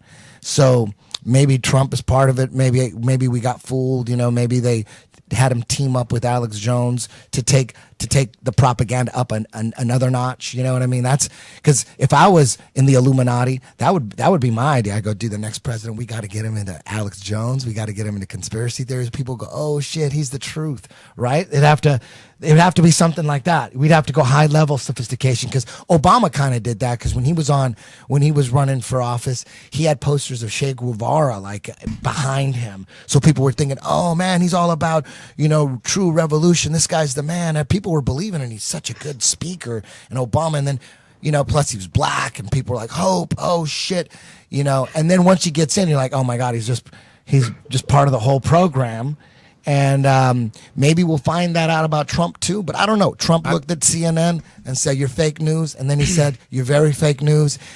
I like that. Because we know CNN is 100% propaganda, right? CIA? They know you like that. That's why he's saying it. Like I said, it's all the rhetoric. It's the updated version. Oh, that's falling apart. Yeah, that's what I'm thinking. That would be the most sophisticated thing they could do is have a president who's in the middle of waking up to conspiracy theories. Holy shit, right? You think that's what it is? Absolutely. Alex will wake up to this eventually once he can't not wake up to it anymore. He can delete your videos now and pretend that he doesn't know who Eric Dubay is and all this. He's not going to be able to do that for long. And soon everyone's going to come in and they're going to be saying like they knew all along and they're not part of it. They weren't part of the people hiding it. Yeah. No, you think you think the masses will ever?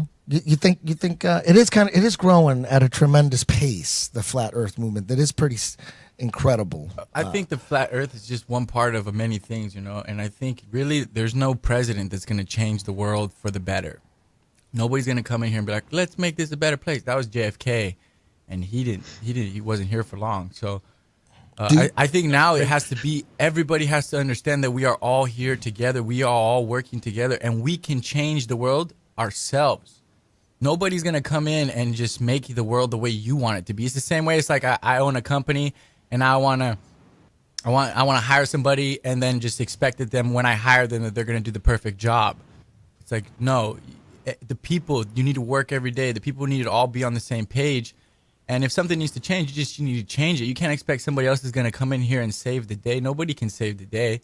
If we want something done, if we want something, we need it. We need to go get it. We need to do it. We need to organize. Eric, what about satellites? Absolutely. People are like, what about satellites? I see satellites up in the air. Like, to me, it would be impossible to see a satellite if they're about the size of a bus and they're like 100,000 feet in the air, and a lot further than that. And then a plane, a 747 is way bigger than a satellite. But let's just say that a satellite is the size of a 747 jet. At 30,000 feet, you can barely see it. It's a speck at 30,000 feet. Now you're talking over 100,000 feet or whatever it is. What is it, like 100 miles in the air? They're supposed to be floating around these satellites. There's no way you're going to be able to see that. So when people say, "Oh, I see satellites," you could see them in the air. I'm like, do the math. The science is, you could barely see a 747 at 30,000 feet. That's the science. You're going to see a satellite the size of a bus, a couple miles in the air, whatever it is, right? Right. No, there's no satellites. The closest ones they say are 100 miles, and there's ones they say are 200 to 400 miles away. And like you said, no, you can't see a bus from 100 miles away. Not only that, but the place in the atmosphere they say they are is supposedly so hot that all of the elements the satellites are made of have melting points much lower than that, so the satellites would totally melt. Beyond that, none of the pictures, you look at satellite pictures on NASA, you can't find a single image that isn't a cartoon. They're obviously all fake images. There's no real image of a satellite. And from your own experience, you know that no matter how high you go up, there isn't some magic mystery point where you can just go up, up, up, and suddenly you start floating. Like they say that satellites, astronauts, and the ISS is able to do. They say that the Earth and the atmosphere are constantly spinning. So the higher up you go in the atmosphere, the higher the rate of spin, so that where the ISS is, the atmosphere is actually spinning at 17,500 miles per hour. When you see those images of them like they're out in outer space in the stillness doing their little slow motion movements underwater, they say that they're actually moving at 17,000 miles per hour. And then they say that the atmosphere continues to go faster and faster to some unknown point where they won't tell us because it would collapse the whole nonsense if they did. But at some unknown point, the spinning, progressively faster spinning atmosphere gives way to non-spinning vacuum space, non-atmosphere. So there's like a point where you just pop out, and instead of coming right back down to Earth like everyone else, a skydiver, anyone else that's ever tried to go high up, there's this point, and then you float out and you're in a vacuum. And somehow they say a vacuum, a negative pressure system, can exist adjacent to a positive pressure system, an atmosphere, without a solid barrier in between. You know, that's impossible too. If you've got a spray can of deodorant, the only reason it's in there is because it's got a solid barrier separating it from the atmosphere outside of the can, from the different pressure system that's on the inside of the can. And if you break it open, then they equalize, and there you go. And so if we actually had a vacuum of space and an spinning atmosphere around our planet the way that they say they would, the vacuum seal would be broken, and there is no way that there could be some mystery point like that. And they claim that their rockets are in the vacuum space, and the rockets are going to the moon. But if you're in vacuum space and there's no atmosphere for your jet propulsion to go off of, then your shuttle would go 360 degrees like a gyroscope, and you would never go anywhere because you couldn't point any direction because there's no atmosphere to go. Wait, well, what about like direct TV then? Like seriously, like you said, there's no satellites. What about satellite television and satellite weather and satellite radio? Like that's yeah, that's how easy it is. You just put the word satellite before it, and everyone believes that that's how it's being done. When in actuality, everything is being done via ground-based towers and wires. All the technology that satellites supposedly do were already done before satellites were supposedly invented by a science fiction writer named Arthur C. Clarke. He's the one that postulated satellites, and then within 10 years they really existed, and they're out there. Now there's 20,000 of them supposedly out there spinning around the ball Earth, when all the technology that they supposedly do for us is already capable via ground-based technology. All right, towers, wires across the ocean. Yeah, I'm the skeptic here, real quick. When you look at satellite TV and you say it's just going over the air, then explain to me, if it's just going over the air, then the towers that would be feeding it would be underneath the clouds. If that's the case, why on a rainy day when I have satellite television can I not watch my DirecTV? Because they tell me it's because the satellite can't get its signal to me because it's raining and the cumulus clouds are too big. Yeah, the ground tower can't get its signal to you during that day, and that's why. But they want you to believe they have gold foil wrapped metals up there spinning around in the atmosphere that's sending you signals, and that's why it's not getting there. But their technology is not nearly that good. The technology, so you're basically telling me that it's fed to me like a radio signal is, right, from an FM tower?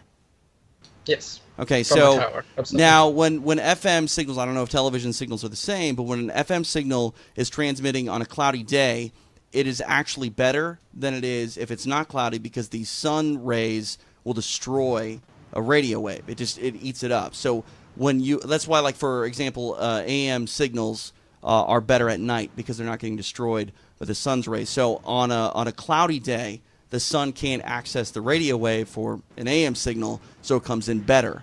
I don't know if that's the same for television, but if that's the case, then for me, you wouldn't see a difference in quality at all from a cloudy day if the tower is underneath the clouds. And if you did, it would be better and not worse. So satellites must exist. Now, if satellites existed in the positions that they say they are, they're all over the ball Earth. And if that was the case, then most satellite dishes, if not all, would be facing 180 degrees straight up, because your nearest satellite would be the best and clearest way to get a signal. But almost every satellite dish you're ever going to see is at about a 45-degree angle, and it's pointing towards the nearest local ground tower. It's not pointing straight up to satellites in outer space. That would be a ridiculous way to send this information anyway. Why would you send information hundreds of miles into outer space to just send it right back down to where you are when you have repeater towers all over the Earth anyway, and they just keep building more, these huge cell phone towers? Why do they have 1,000, 2,000 foot high cell phone towers if we've got satellites? They're building more and more of these all over the place. Explain GPS. Yeah, GPS. They just put a G before it and everyone thinks they're on a globe. GPS is just like Google Earth. It's just data that you map onto a ball, CGI ball Earth, and because of that, everyone thinks that it must be on a ball. But the data has been taken from this motionless flat plane that we live on, and then put onto a CGI, the Google Earth anyway, and GPS. Yeah, same idea. They've just taken the actual flat plane we live on and curved it under, and nobody really goes to the extreme southern hemisphere anyway, so they can't determine that the lines of latitude as you go out are actually expanding as they would on a flat plane instead of coming back in as they claim it does on the ball Earth. Yeah, I want to know why, if the satellites do exist, right? I don't believe in them, but if they did exist, how come I don't get service when I'm in Hawaii or when I'm in the mountains? Or it's like if it's a satellite, it's going to directly go to you. It's not going to have to go through. But because I feel like because we're in the mountains and stuff, it's not getting the tower-to-tower service. But there should always be service. Are you talking about your phone, Kron? I'm talking about my phone. Your phone comes off radio towers. It's not a satellite.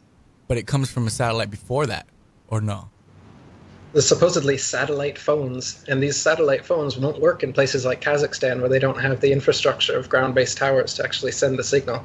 But if there were 20,000 satellites all over the Earth, they would be over every... I mean, you can see the little CGI map they have where the satellites supposedly are, and there is one over every single point on the Earth. So every satellite dish should be facing straight up 180 degrees if that's what they were actually sending and receiving signal to and from. So what do you think they're doing with the satellites? They're just... they're asking Congress for money for these satellites. They're blowing it up, and the congressmen think they're doing something noble. They're like, yeah, telecommunications, blah, blah, blah. They take the money, they pocket it, they launch a satellite, it falls into the ocean. Like, what do you think's going on? Yeah, that's the same thing the rockets do. Yeah, more ways to swindle your money. Rockets don't go up, and then pop into the vacuum of outer space like they say they do. You can watch any rocket launch you want to, and you're going to see a parabolic curve, just like anything that you try to shoot up in a straight line. It's not going to infinitely go up and then start to float somewhere. It comes back down, and it makes a parabolic arc. And, of course, all of their rockets do so, and they have to give an excuse for it. And they say that they're going over the curve of the ball Earth. But really, they're just shooting rockets into the ocean and then retrieving them. And you can see them doing that. You think that there's... Any picture of a rocket's the same. You think there's satellites and stuff up in the air that are not outside the dome, that are just inside floating up there, like the space station and stuff like that? Again, the word dome means that we have found that there is some sort of solid barrier out there beyond the Antarctic icing covering us, which we have not found. So I don't know that there's a dome. I don't know that there's a barrier, an edge, or if we live on an infinite plane. So I wouldn't say anything about a dome. All I know is that the Earth is flat and motionless, and they won't allow us to explore Antarctica, so we don't know how the flat, motionless Earth ends, whether there is an edge, a barrier like a dome, or if it's an infinite plane, or if there's other puddles beyond here. Or it's open to speculation right now because they won't let us independently explore it. But what I don't like is a lot of these flat Earth researchers who are coming into this now, some are more genuine than others. A lot of them will say that it's definitely an infinite plane, and they'll name their channel after it. Or they'll say it's definitely a dome, and their whole channel will be about being in an enclosed system, when neither of these people have any evidence that it's either. And so it's disingenuous to state as fact that we live under a dome or that it's an infinite plane or anything like this. And of course, this is what I expected when I started breaking this flat Earth information. They're not just going to let me do this. They're going to bring in their gatekeepers, like Alex Jones and like the others. They've got smaller gatekeepers for the flat Earth that they've brought in to distort the message. And they give fake flat Earth arguments, hoping that you'll reach them before you reach someone like me. And then you'll hear their stupid arguments saying that gravity's real, but the flat Earth disk is constantly rising, and that's what causes us to, things to fall. They'll give explanations like this, which to any sound thinking person will totally reject, and then they'll totally reject the entire flat Earth model based on these little bits of disinformation that are being given. And that's exactly what Alex Jones and the other gatekeeper disinformation agents do. They give you 80-90% truth, as we're saying, and that's how they hook people like me and others, because they are saying truth. But then at the same time, they're feeding you a bunch of lies, and they're trying to take you off course. And the Flat Earth movement is no different. It's absolutely full of shills and gatekeepers and controlled opposition, giving you different maps and models. There's a square Earth. There's a heart-shaped flat Earth. They've got all this crap that they're coming up with, and it's to try and corral the movement so that you don't find genuine researchers first. You're talking about, well, Alex is the biggest podcast ever. He woke up new people. Yeah, that's the point. He's a honeypot. They want to bring you into his version of reality. They don't want you to come to someone like me or other genuine people who have gone much further down the rabbit hole. They need to gatekeep you and stop you there. So they tell you the true information to corral you, and then they have limit that they won't go beyond, which it's completely obvious where Alex's limit is, and you've experienced it yourself, and you'll continue to experience it as this goes on. But who are people we shouldn't listen to as far as flat Earth, in your opinion? Who are the shills? Who are the most obvious ones? Can you say, or will you get sued? What I'll say is we keep really good track of them on IFERS, the International Flat Earth Research Society. We have a group of people, and we keep track of what the various flat earthers are claiming, and then we write it down on the forum so people can see for themselves who is saying what, and you can do experiments for yourself to figure out what's reality and what's disinformation. And the more disinformation these people speak, the more suspicious we are of them, and the more likely we would be to call them a gatekeeper or a shill or anything like this. So if you go to ifers.123.st, there's a whole section on there just for that, showing people that we think are genuine and not so genuine based on the information that they've been giving. What about, okay, you don't want to drop any shill names, but what about guys that we can trust, in your opinion? Who are some names? Same thing. You can't say? We keep, anything that's on there are people and videos and information that we've found reliable. So if you go to IFERS, all the people that are on there, all their videos that we recommend there, you'll find a bunch of different and there's more popping up all the time, which is great, which is what I want, by the way. I don't want to be the flat earth figurehead, and I don't want these other disinformation agents to come in and take it over either. What I want is a grassroots movement of just all these little channels, just normal people doing your own experiments, making your own flat earth videos, and that way we'll be able to counteract these figureheads that are popping up. They're having their own shill conference, I call it, Shillfest 2017 in North Carolina, and all of their main disinformation flat earth people are all speaking at that, and they're turning it into this big money grab event where it's really expensive for tickets, and they're selling all these items and turning it into this like flat earth franchise or whatever, and all the heroes, they even have like special tickets you can buy to have like private time with some of these people. It's ridiculous. So they're trying to turn it into this circus of disinformation agents, and myself and others have exposed that on IFERS. So I recommend they go to IFERS. You'll find both who's genuine and the genuine information, and you'll see who are disinformation agents and why, and what kind of things they're saying, and why we suspect them to be disingenuous. Now, a little off topic here. Another conspiracy theory that's blowing my mind is nuclear bombs, and the timeline of when they were theorized, and then when they actually because it was a theory at first, right? The theory was something like this: man, if we could split an atom, it'll cause critical mass, and the explosion will be, like 1,000 times greater than a regular bomb. If we could just split that atom inside of a bomb, it'll cause a chain reaction, critical mass, and it was a theory for a long time. They put a lot of money into it. The Manhattan Project, thousands of scientists trying to figure out a way to split that atom. They were working on it, and it seems like they never figured it out, right? Well, the nuclear hoax is very similar to the Ball Earth hoax in that the way to break it down will be to actually look at the footage. And when you look at the footage, you're going to find all these anomalies that show that the footage of most nuclear bombs are fake. And then the footage that is real has actually been done using TNT, non-nuclear explosions, just stacked up. So you make a huge explosion. But again, it's ground-based. They want you to think that they can have, nowadays, a suitcase. They want you to think that in the size of a suitcase, that they can blow up a whole city. And this is the psyop, once again, it's fear-based mind control. You're gonna have to back up a little bit. We lost you like the last 2 minutes. We lost you. You were basically saying, how when everyone is brought up looking at those nuclear. Yeah, it was about the nuclear. Those nuclear bombs going off, and you see like some kind of hurricane red radiation wind sweeping through like a town and taking down buildings and shit. And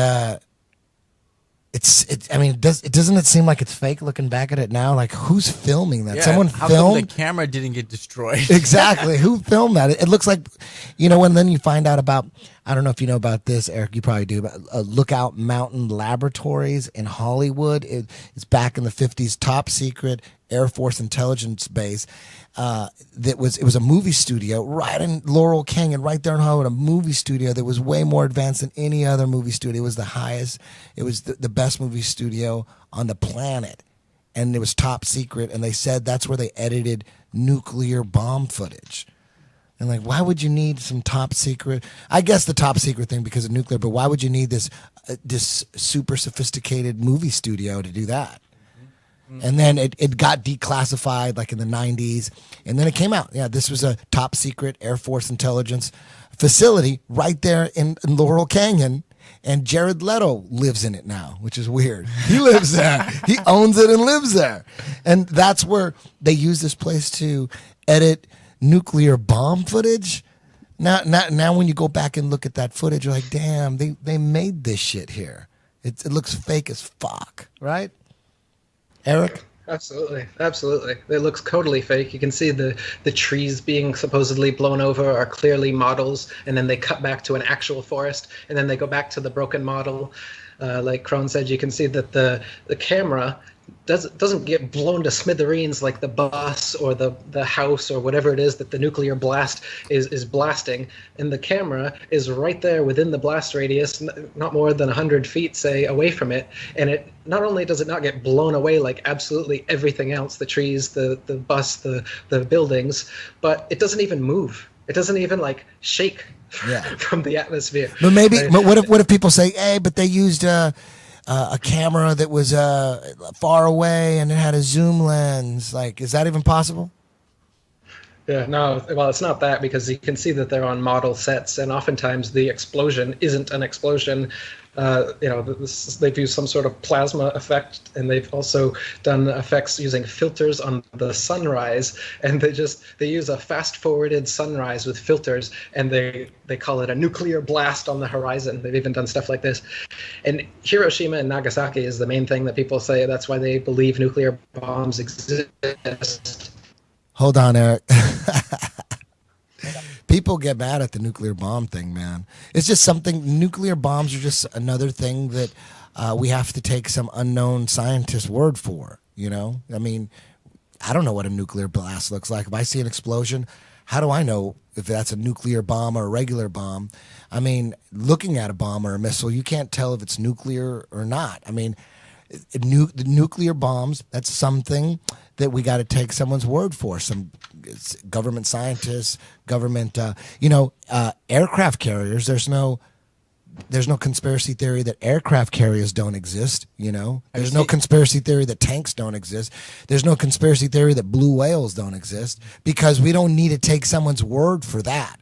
But anything that we got to take someone's word for, especially corrupt ass governments, you gotta always be suspicious. Maybe this science coming from the government is true, maybe it's not, but I'm looking at it like these are criminals.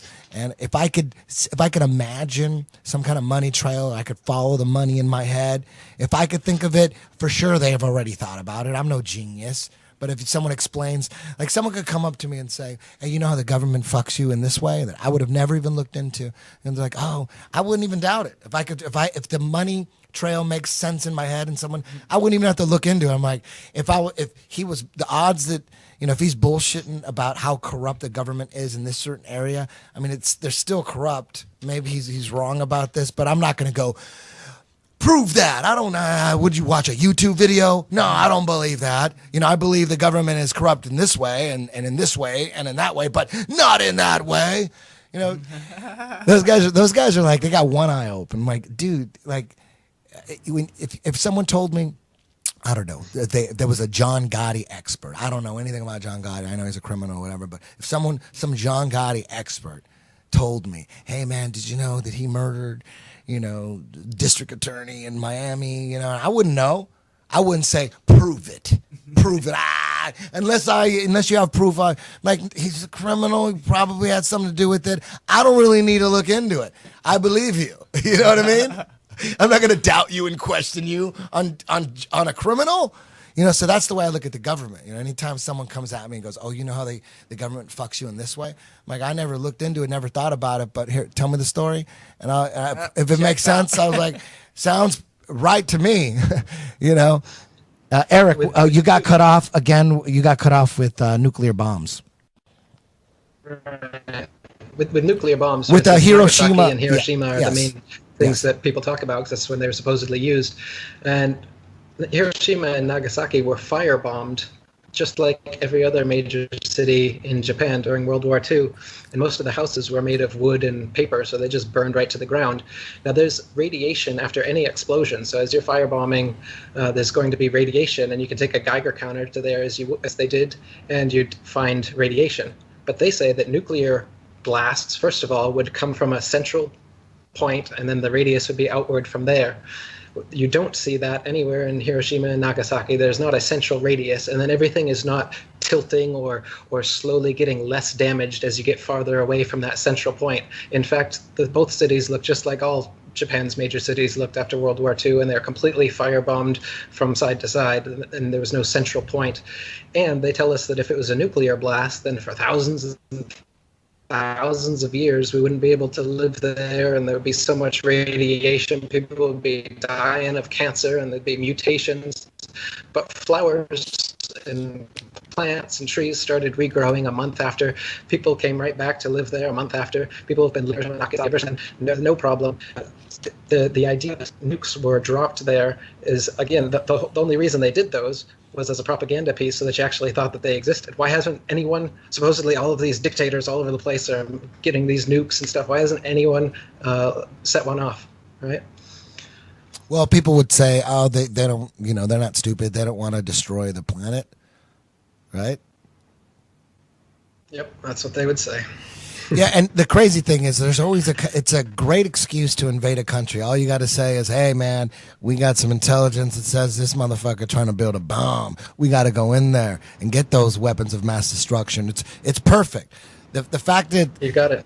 So the only two countries left in the world right now that don't have a Rothschild central bank system are Iran and North Korea. And these are the two countries that all you ever hear about is they're building nuclear weapons, they're going to get nukes. Well, what Iran and North Korea really are two independent nations that stuck their middle fingers up to the Rothschild central banking system that controls the entire world right now and won't even allow them in. And so all we get is propaganda about these places so that the public opinion will be swayed against them. And when eventually we have to go in there and create a democracy like we did in Libya and Syria and Iraq and Afghanistan and everywhere else that didn't have a central bank but now does have a central bank, this is the plan. And like I said, there's only a couple countries left, and they have these excuses like nuclear weapon, like they're the world police, and they got to go and protect us from these earth-destroying bombs that they've created. Now, what do you think about North Korea? I mean, of course, I can never remember his name, Jill Song or whatever his name is. Of course, he's an evil dictator, right? Or is he a good guy? Like, I'm confused. Well, it's what's happening is you've got a world system that is trying to, like Kron was saying about South America, and you've got all these rich lands. People should all be wealthy. There's no reason that everyone should be living in slums. The world provides everything for us. Parasites that are sitting on top of us, and they're just siphoning and sucking all of the money and energy out of the population. And so if you get a leader who says, no, I'm not going to allow it. I'm just going to close off our borders, and we're going to take care of our own people. We're going to have our own money system. We're going to have our own food. We're going to do our own shit, everything, and fuck you guys. Then the rest of the world that's on this system says, what? That's not okay. We want you to open up to trade. We don't want you to have someone standing against our system. We want complete hegemony. We don't want to have somebody opposing us and potentially giving an alternate system like Gaddafi did. Gaddafi was going to reintroduce the gold standard and was similar to JFK. He was going to bring in a bunch of real currency into the market, and that would have trashed their fake fiat currencies that they're constantly floating and creating out of thin air. And so they had to kill him, just like they kill any dictator and demonize any dictator who's actually trying to help his people. Now, at the same token, I'm not going to say that, Kim Jong-il or any other dictators aren't completely benevolent or whatever. I'm sure that there's evil things or bad things that they may or may not have done. But the point is, what I want people to take home is that you're getting your information from the people who hate these people. You have to say, and it's all they ever do say, is that he has brainwashed every single person in his country, because every single person in that country loves him and they love what he's done for North Korea, and they're against him. The West has done the same thing. Globalists, the New World Order, comes in and takes and puts everybody on this global system of theirs, the money, the one world money system. They've got fiat currency out of nothing. Made out of nothing. That's the main scheme. Am I gone again?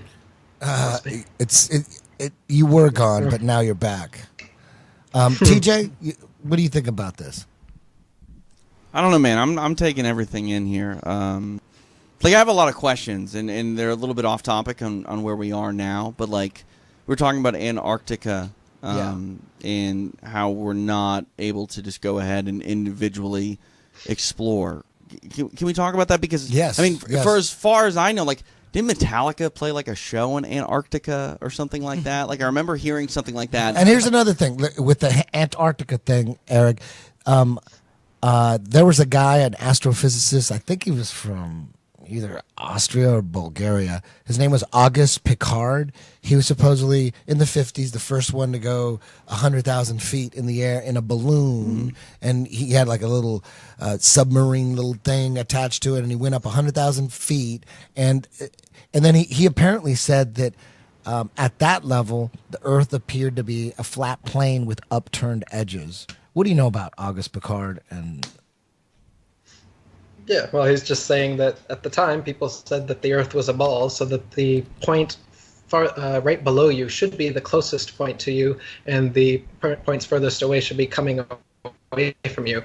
But what he actually saw was the opposite, where the furthest point from his point of view was right below him, and the horizon on each side of him rose up. So it gives the appearance, of a concavity, so to speak. But what you're really seeing is just a flat plane, and the law of perspective is bringing the ground up to your level. Like I said, if you're actually on a ball, no matter how big that ball was, the horizon wouldn't rise at all. It would stay exactly where it was, and no matter how high you would able to get, you'd have to dip your head further and down to see it. But it's exactly at half of your vision. Half your vision will be sky, half your vision will be ground, because that's the law of perspective. It doesn't matter how high you go, because the Earth is flat, and the plane that we live on, the way we see it, is this point perspective, like all art students are taught. It's not a spherical thing that curves away from you. Now talk about Antarctica and the treaty that I think it was 1958 or something, where they made a treaty where no one's allowed to go deep inside. Yeah, that's like we were saying earlier, just after this guy comes back from his military mission to Antarctica, telling everybody that there's untapped resources and all this new land that nobody's ever seen over there. Within a couple of years, the Antarctic Treaty is signed so that no independent exploration of Antarctica is allowed outside of their pre-packaged tour groups like you were talking about, or their little concert. Yeah, so Metallica or whoever plays a concert in Antarctica, so the Earth is a ball. Again, it's just they're doing these little propaganda pieces to make it seem accessible, to make it seem like this stuff has happened. None of the such has actually happened. Jarl Anderhoy, people who actually try to independently go there, they get caught, fined, put in prison, turn right back around.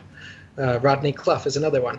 So independent people who want to go there, and they don't tell the government first, they don't pay money to these little travel organizations to have their photo op on the pre-approved spots in Antarctica. People who want to actually independently travel for themselves have been arrested, and there's a treaty preventing it, so that it's being patrolled. They don't allow anyone to get to the edge where they, not the edge of the Earth, but the edge of the oceans, which is where it's contained by the ice wall. How have these people tried to access Antarctica? I mean, I assume it's by ship. Has anyone tried to put a bunch of fuel in a plane and fly over the damn thing where they can't literally be stopped unless they're shot out of the air?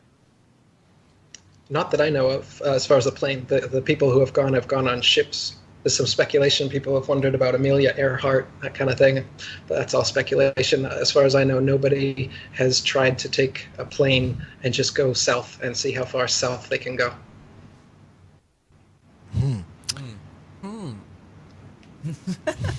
South Pole. Now, man, shit.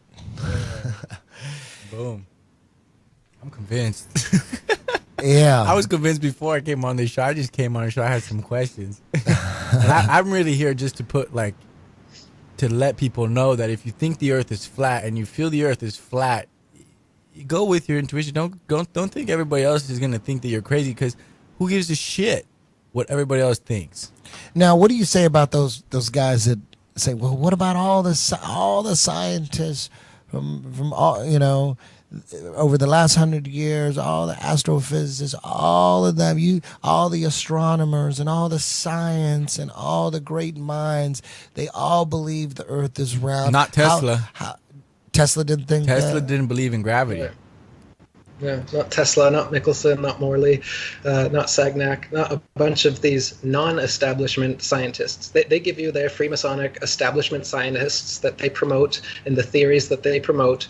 And then there's many, many, many other scientists with competing alternate theories who never get promoted, who you've never heard of, but who have actually proven, for instance, that the Earth is motionless. You've probably never heard of George Airy or Airy's failure or Sagnac's experiment or Michelson-Morley, but they'll tell you all day about relativity theory, which came because of those conclusive experiments. Michelson, Morley, Sagnac, Airy, they performed experiments that proved that the Earth is not moving.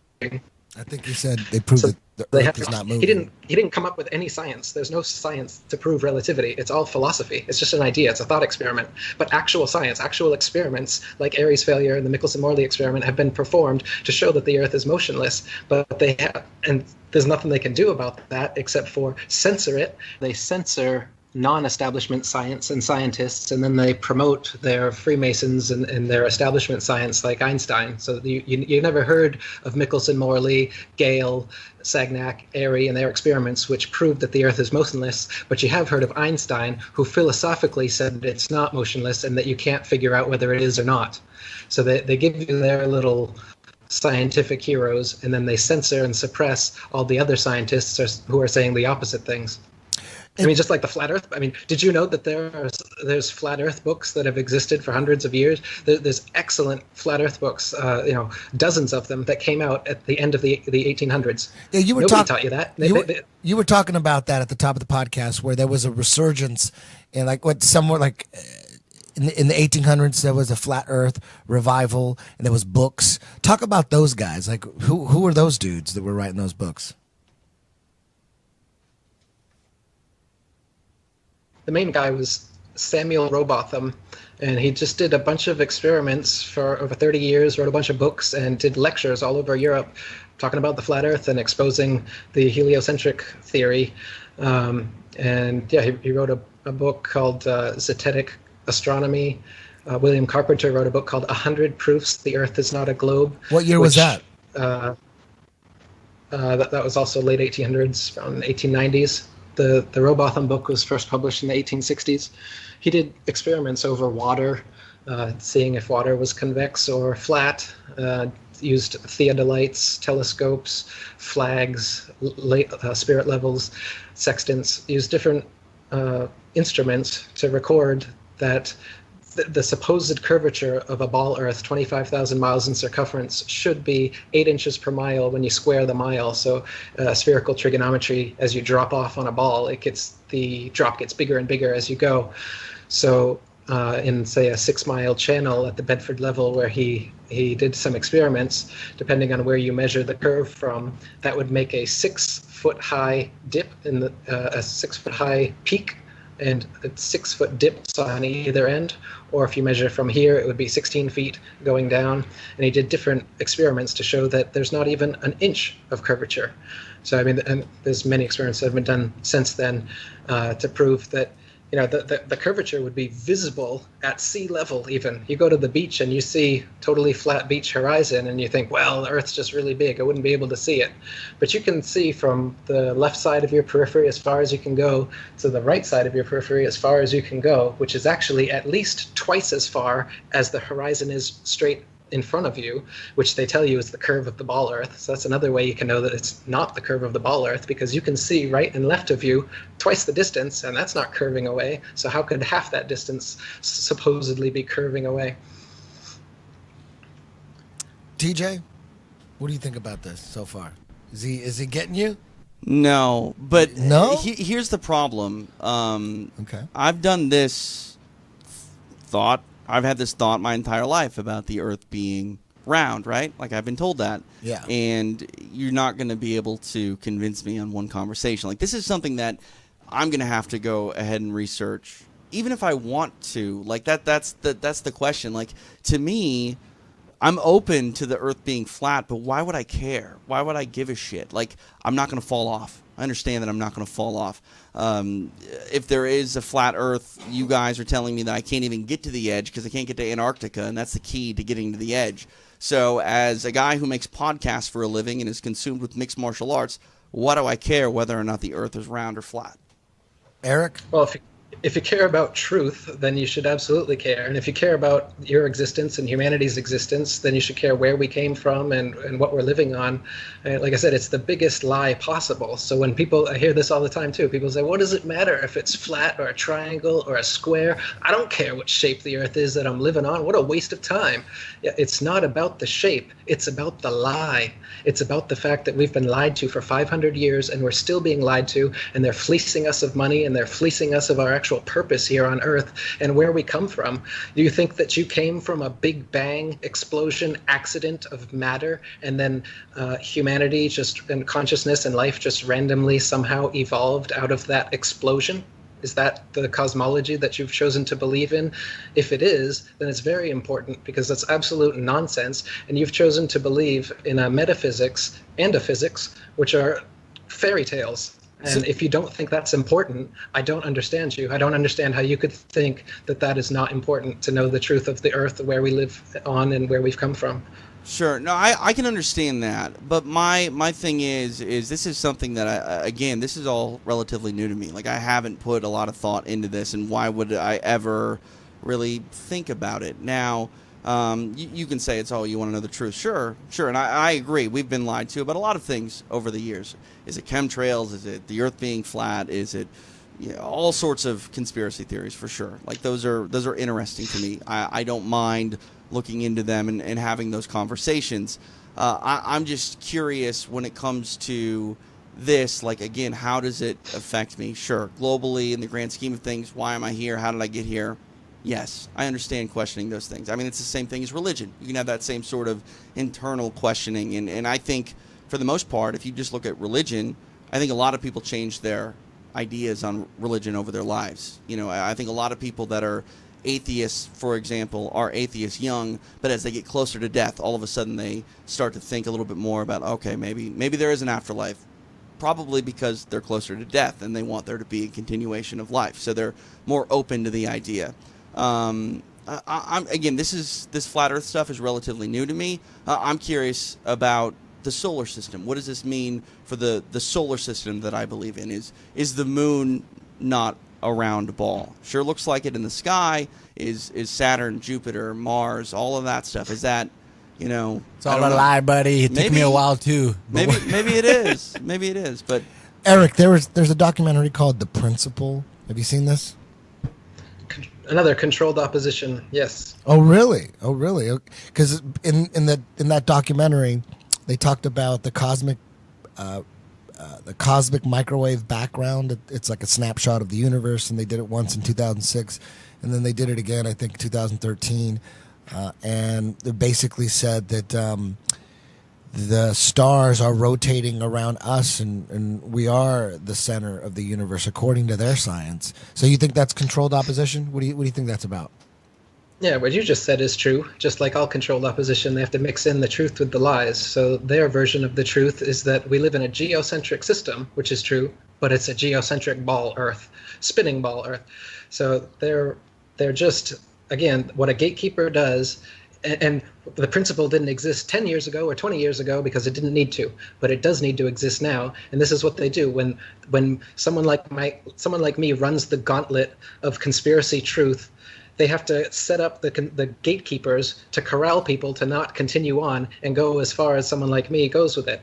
So with the principle, they know that people have been talking about geocentrism and flat Earth, so they whipped up a documentary saying that, oh yeah, it is geocentric, but it's a spinning ball. So don't stick on the spinning ball. The moon landing is real. We've been to Mars. There's billions upon billions of planets. The solar system, all that's real. But the Earth is the middle part, not the sun. That's it. That's all the whole friggin' documentary is about, is they want to change your little perspective from the sun-centered to the earth-centered cosmology, all the while not talking at all about the fact that we're on a flat, motionless plane here and everything is revolving over and around us. They keep you with their space balls. So it's just yet another spaceball documentary where they give you a little bit of truth, geocentrism, and then feed you the usual pack of lies, the whole solar system, Big Bang, evolution, nonsense. Well, for me, it just made me more sure that the people at the top of astrophysics and all the scientists and professors, to me, it just proved that they don't know anything, and that makes me lean more towards flat Earth. Even though that documentary, The Principle, had nothing to do with flat Earth, it did have everything to do with what we're on being the center of the universe based on their data and their cosmic microwave background images. I mean, mainstream science is saying we are the center. They didn't say that we're the flat Earth, but I took that as, oh shit, there's more evidence and that the Earth could be a flat plane based on that. So I think that controlled opposition thing, I don't think it's working. I think it's making people more open to the possibilities that we are living on a flat plane. Do you understand what I'm saying? I hear you, but imagine if they went to my documentary instead of the Principle documentary. I'm not able to make as high quality a documentary as these people are. I don't have the distribution that these people do, but I do have the truthier truth than these people do. They're just taking you a little bit, and then they're packaging it so well that you think, oh, this must be what it is. Just like Alex Jones. They want you, they're giving you your figureheads so that you don't get all the way.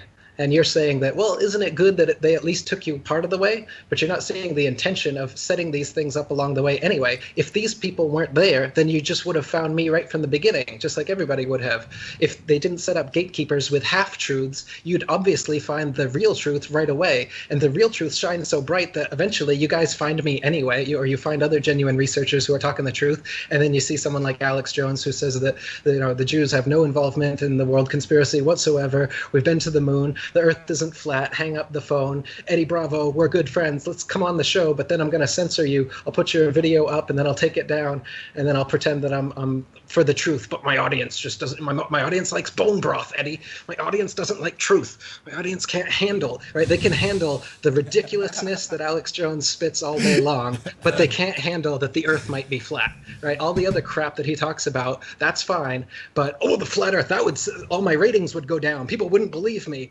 Bullshit. Nobody knew who I was before the flat Earth. I've been doing this for years. I wrote many books before I wrote about the flat Earth. Nobody knew about me. People know about me now because I'm one of the only people actually legit talking about this truth without bringing in a bunch of nonsense like the other shills do. And so when these controlled opposition gatekeepers come up and people are like, well, isn't it good? I mean, I saw him first. Like, if I didn't see him, maybe I wouldn't have gotten to you. No, you would have gotten to me right away. You would have gotten to the genuine people right away if the disingenuous people weren't set up there to corral you beforehand. It's sophisticated, man. And of course, Trump and Alex Jones are part of it. I'm not going to lie. When I the first thing I saw on flat Earth was that, like, I was looking through my thing and like something came up about flat Earth.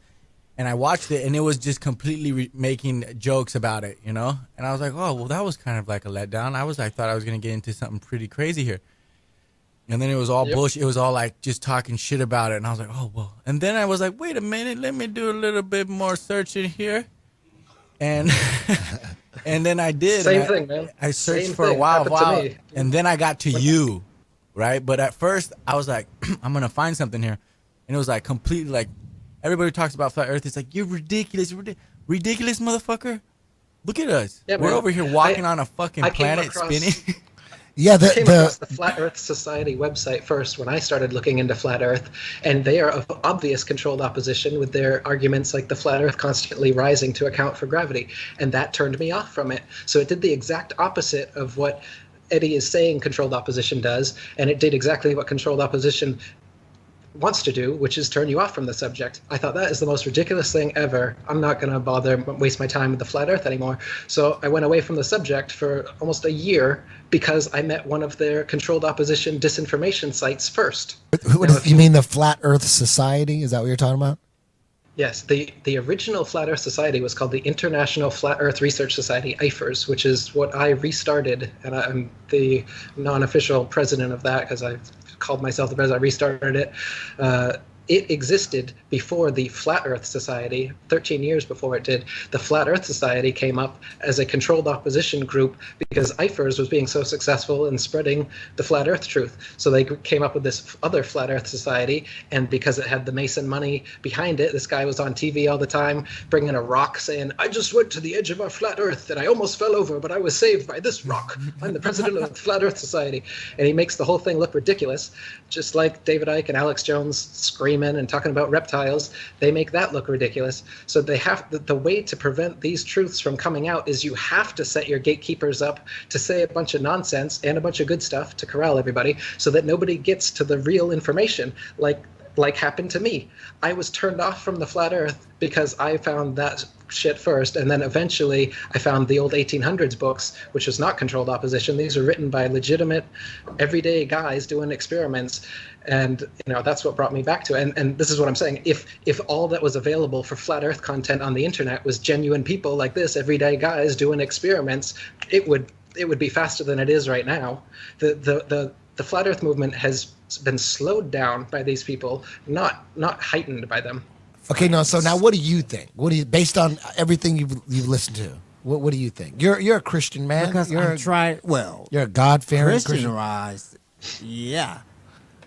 Christians believe, hardcore Christians believe the Earth is flat, right? I would think so if they actually look at Genesis and go, oh wait, all land, then water came and separated everything. Okay. Okay. So what do you think? Interesting. You think Eric Dubay's onto something? That's the first thing. Remember, you gave me his name. That's the first thing I went to. Of course, I saw a lot of stuff too. Oh, so you've already listened to him before? Yeah. Oh, yeah. I said, okay. I got to at least find out something about this before I go on there. So I've been listening, and I love all the questions you guys been bringing up. That's what people have been sending me. The questions. Yeah. Yeah, but what about this? What about that? What question do you have? You have any questions, or have they all been I've answered? actually been answering them. I said, I can't ask anything now. Did we? So you hit everything. Really? Yeah. I've got one question before you wrap up, because obviously everyone has a lot of opinions on the Earth. I want to know if everyone in this room is on the same page about how old the Earth is. How old do you guys think our planet is? I don't know. There's no way that I would know. I'd have to take some unknown scientist's word for it. I would. Right, but I they're mean, gonna say 5 billion. I don't. Who knows? Yeah, it's There's old, no way. old as fuck, and whoever I think our civilization, human beings, were way more high tech, way more evolved in every which way before. I think that's the truth. Like, and then we came in for whatever reason. Now we're like starting all over again. Yeah. Well, Eric Dubay's got a pretty interesting video called "Dinosaurs Don't Exist," and that's another one. When you first hear that, you're like, "What? That is the dumbest shit ever." Of course they exist. Everybody knows. That epic battle of the Tyrannosaurus Rex versus the Triceratops. Everybody knows that shit. I saw it at Disneyland. Everybody's rooting for the Triceratops, right? Triceratops underdog with the horns. Tyrannosaurus Rex is fucking just pissed off, rah, running through the jungle, rah, and then he runs into the Triceratops, and nobody was going for the T-Rex as a kid, right? Those epic books, it's always a Triceratops, Land of the Lost, same shit, right? And the one thing I found out from Eric Dubay's Dinosaurs Don't Exist video is, I didn't know this.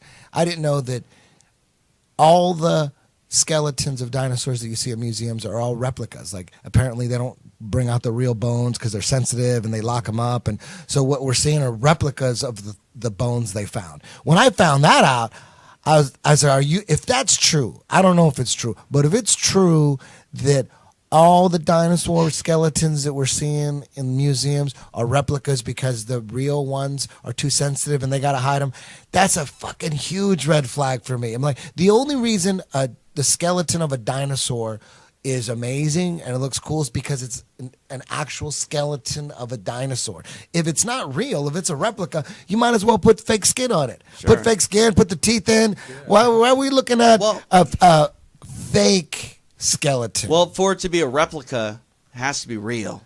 Otherwise, it's just fake. Yeah, but it's only cool if it's real. Right, no, I agree with you. It's never cool if it's replica. I agree with you, but like, so for example, I brought this up to my wife the other day, and she's like, yeah, but in high school, I went to an archaeological dig site, and we saw them brushing the dirt off of the bones. It was in Omaha or something like that. So now, how do we know they're not? Right. Because they're finding shark teeth in Wyoming or whatever, Montana. How do we know they're not finding giant blue whales in Utah? And they're thinking, oh, shit, there's no way this could be. They're not even thinking like in the 1800s.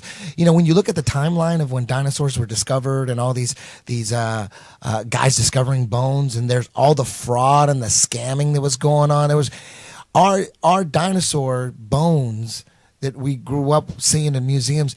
There's a lot of history of scamming and fraud. When you look into it, you're like, oh, man. So Eric. There's fraud in everything, though, yes. right, Eddie? Like anything. Yeah, but when it comes to something that we can't verify for ourselves, these bones existed, what, millions and millions of years ago? How do we know? Again, it's some shit we got to take their word for. We can't. It's another thing. So, Eric, can you give us a rundown on the dinosaur hoax? Yeah, I want to know about that one too because I don't know anything about that. No, you never heard that? Yeah, he's all over dinosaurs. Just get in it. Get in it. Well, it's like Eddie said before, they want you to think that being smart is to regurgitate whatever information they've fed you and to be able to repeat that on command, and that's what a smart person is. But is it really that smart to believe in something that you haven't seen yourself, you haven't experienced yourself? When they say that there was terrible lizards that existed 65 million years ago, and you've never seen those lizards, you've never even seen the bones that supposedly exist of those lizards. Actually, bones don't exist, they say fossils do, which is bones that turn to rock. So if they ever did come out and try to show you a real bone, they would say this rock is a fossil and this fossil is a bone and this bone was a dinosaur. There's the proof. But they don't even show you that. They give you cast replicas that they show you in the museums. So it's not a smart thing for you to think that nuclear weapons exist just because you've been told they do when you can't confirm it yourself, or that the Earth is a spinning ball just because they told you and you can't confirm it for yourself, or that we've gone to the moon, or many other things that we talk about here. All we're doing is being skeptical. The very thing that the scientific establishment talks about, the Skeptic Society and Randy, what's his name, and all, the Penn and whatever, Gillette, what's their name?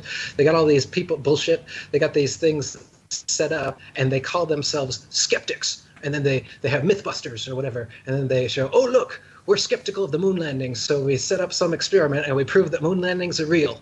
We heard about flat earthers, so we set up an experiment, and now flat earthers have been debunked. And this is what passes for skepticism in today's society. The Mythbusters and all these other people I'm talking about. These shows and these people that they call skeptics are the mainstream establishment people regurgitating everything the mainstream scientific establishment tells you, and they say, we're being skeptical.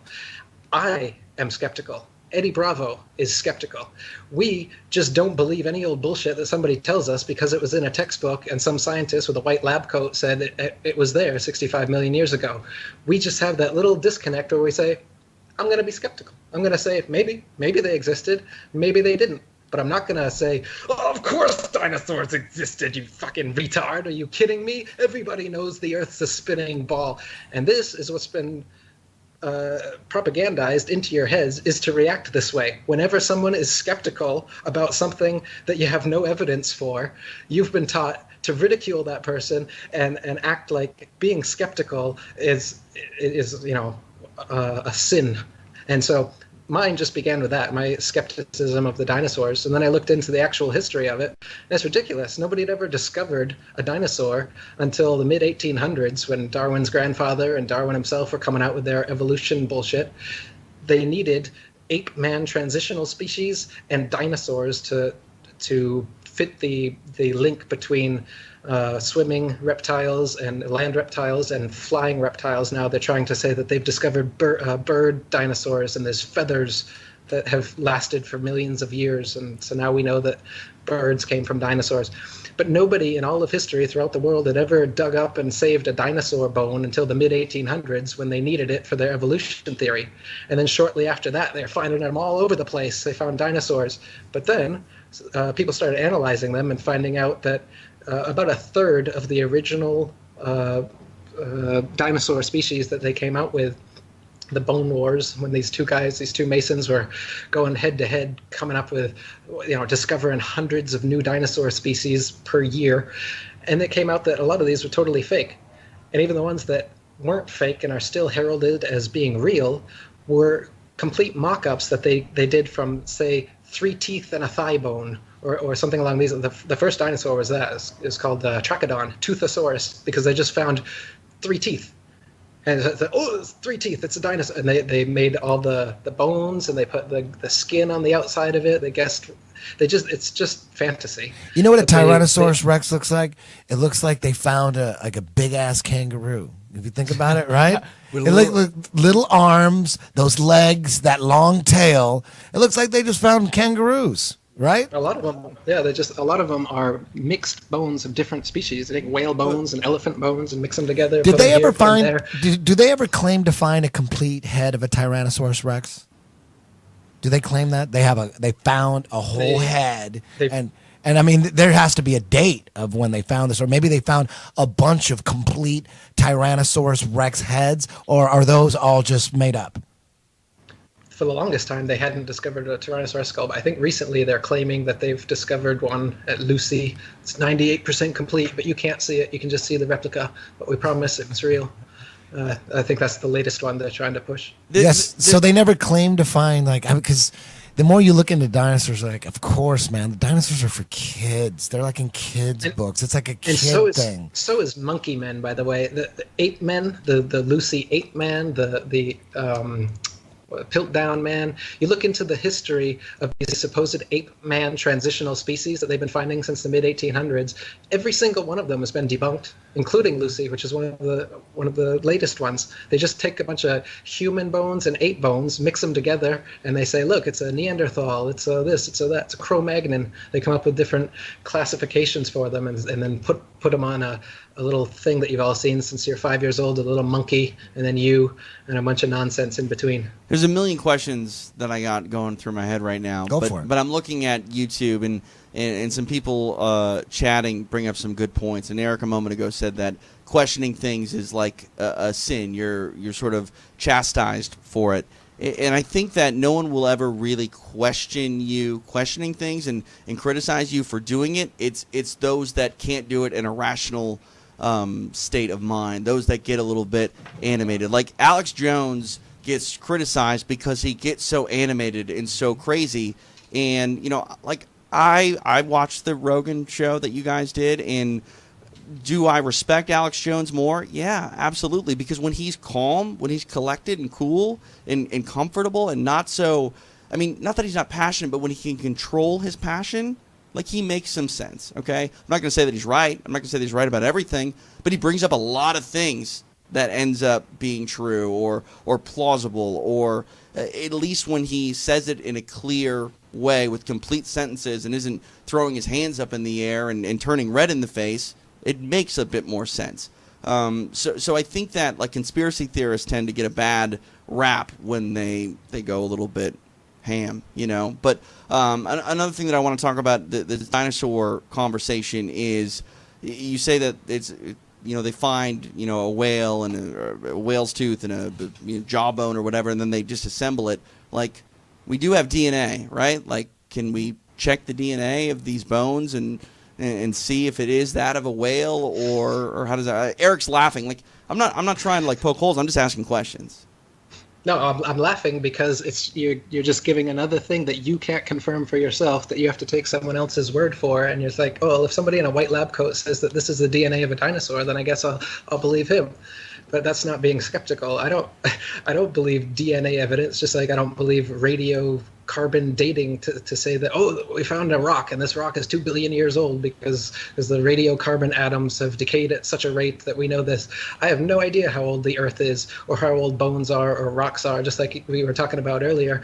I have no idea, and neither do the scientists, but they come up with a bunch of nonsense to make you think that they know what it came from, and then a bunch of skeptical people just believe them based on their hearsay. Well, let me ask you this, Eric, then. What do you believe in? Do you believe in anything that anybody's ever told you, or do you only believe in things that you've researched yourself?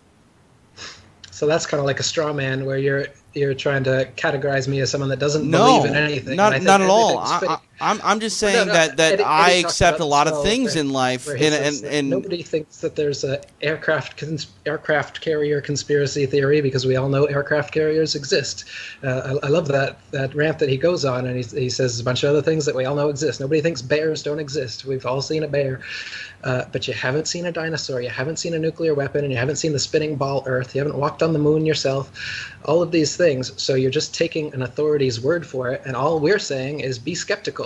Sure. And while you're being skeptical, there's a bunch of evidence that's totally against the mainstream version. And while you're being skeptical and looking at that evidence, you start compiling more and more of the evidence until you become like me, and you find that you know the truth. I don't believe the Earth is flat and motionless. I know it is. Water doesn't curve around a ball. The horizon is always level. Water doesn't conform to the exterior of shapes. A negative and positive pressure system can't exist side by side without a barrier in between them. Rivers only flow downhill, but on a globe they'd be flowing in all directions. I can get, like I said, 200 proofs Earth is not a spinning ball, and that's just 200. I came up with 200 because William Carpenter came up with 100 in the 1800s, and I wanted to double it. I could come up with 400 if you gave me enough time and incentive.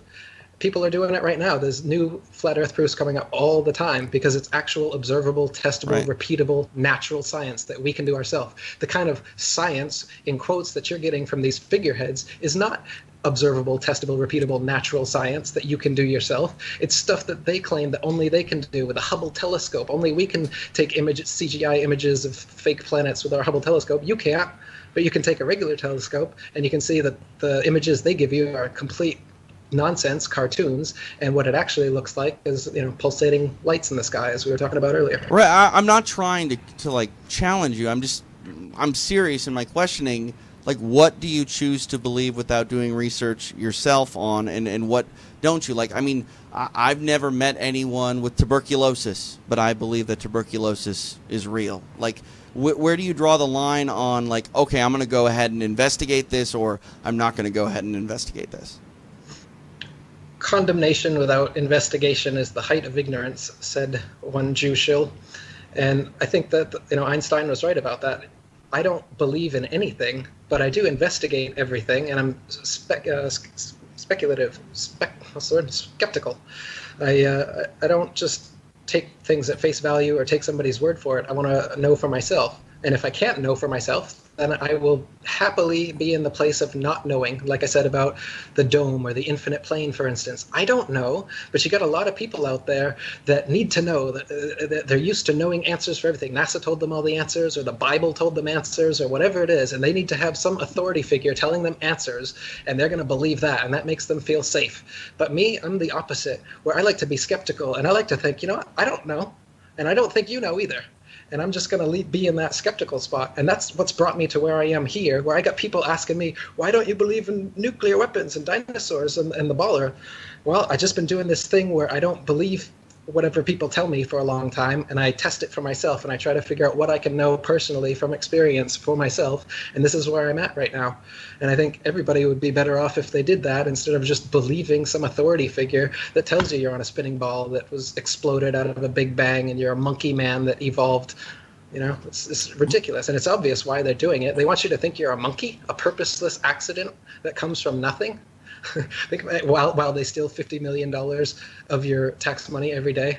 Seriously. So, hey, I believe in searching for the truth. I'm fascinated searching for the truth.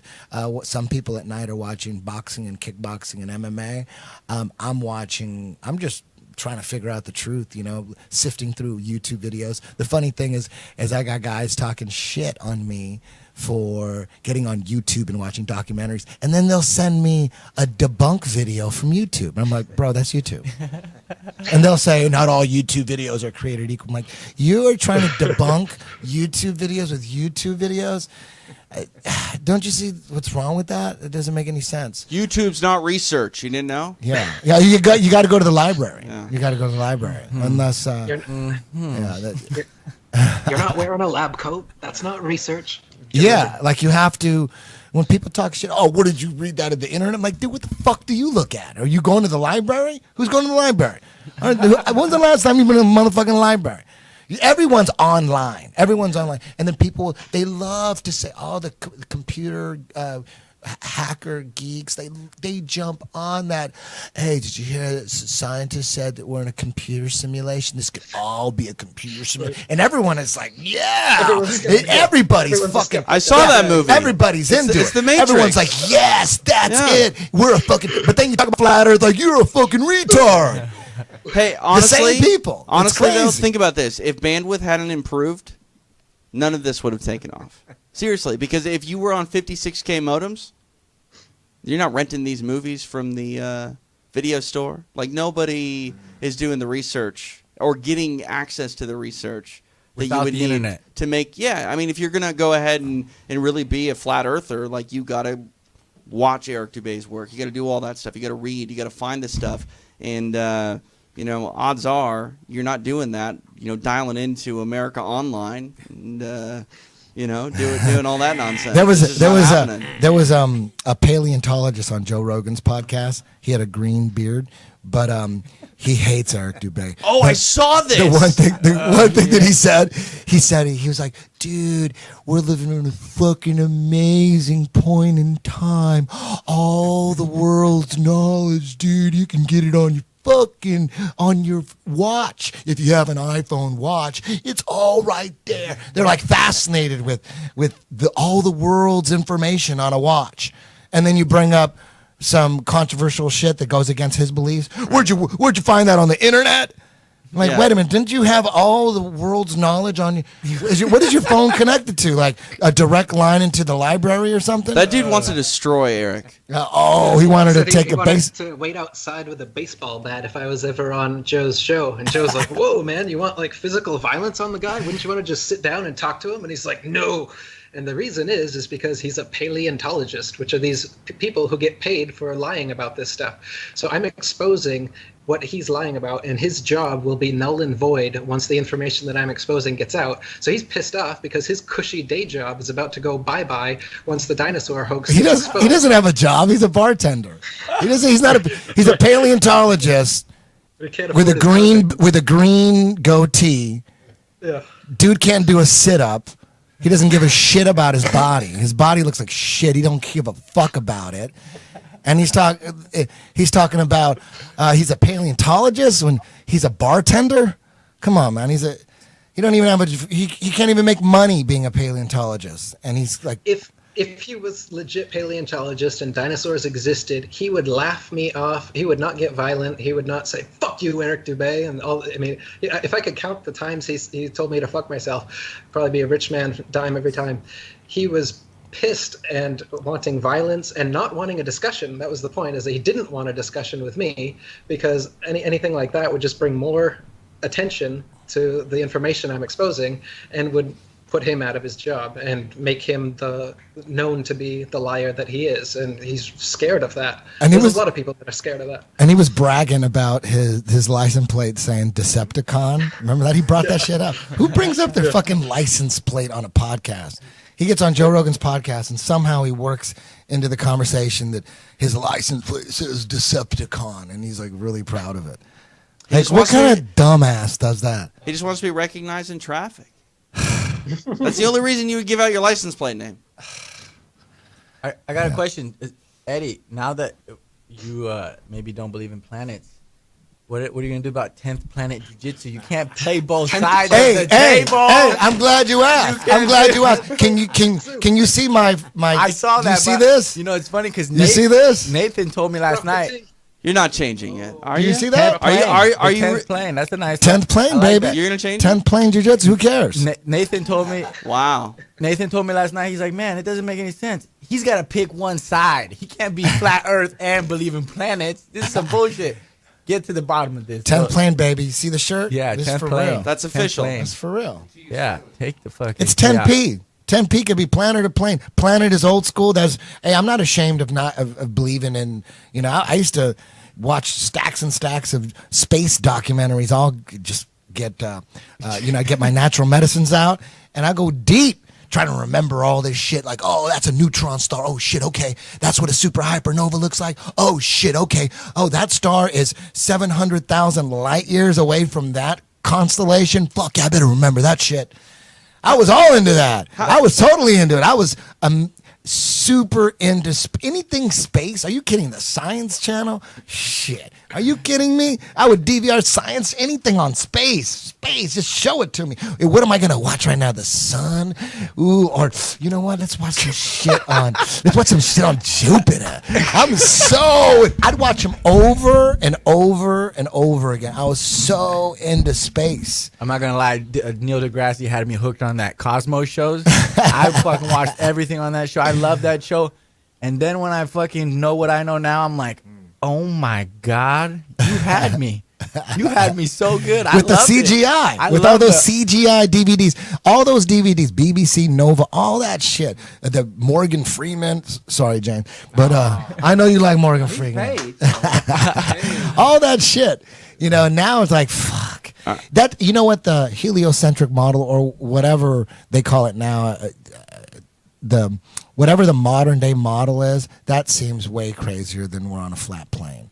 The fact that we're floating in space, spinning around the sun, and the sun has got some gravitational pull on us, and we got the gravitational pull on the moon, and there's this gravity that exists, this force that is so powerful. It holds oceans to it. It holds buildings and trains to it, but it can't fuck with a goddamn butterfly or a fish. That doesn't make sense. That's not science to me.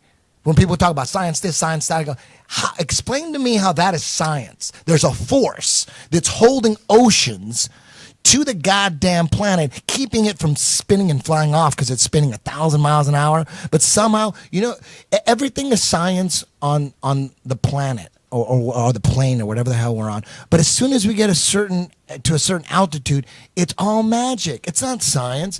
All that's magic. Us floating in space, and we're being connected to the sun. It has this force that's connecting us. That seems crazy. And we're flying through the universe, and the universe is endless. Like people say, well, if the Earth is flat, where's the edge? Like, where's the edge of this motherfucking universe? It's infinite. Yeah. Oh, yeah. Right. Maybe the plane's infinite. I don't know. Sure. If there has to be an edge to the plane, there has to be an edge to the universe. I mean, and the big. And you look back at it, the Big Bang Theory. We're gonna go on that. Something fucking exploded, and then that's how we started. Something motherfucking exploded, and then we're here. Come on. To get all like crazy, whatever the secrets of the universe are, I'm a human being where everything has a beginning, middle, and an end. So I therefore have to think that everything has a beginning, middle, and an end. But in the grand scheme of things, just to think about the beginning, something always had to have just been, right? Like something can't create something. Something can't, like a cause and effect. Like there has to always be a cause. Therefore, there always has to be a present. Or does that make sense? Like, yeah, I get it.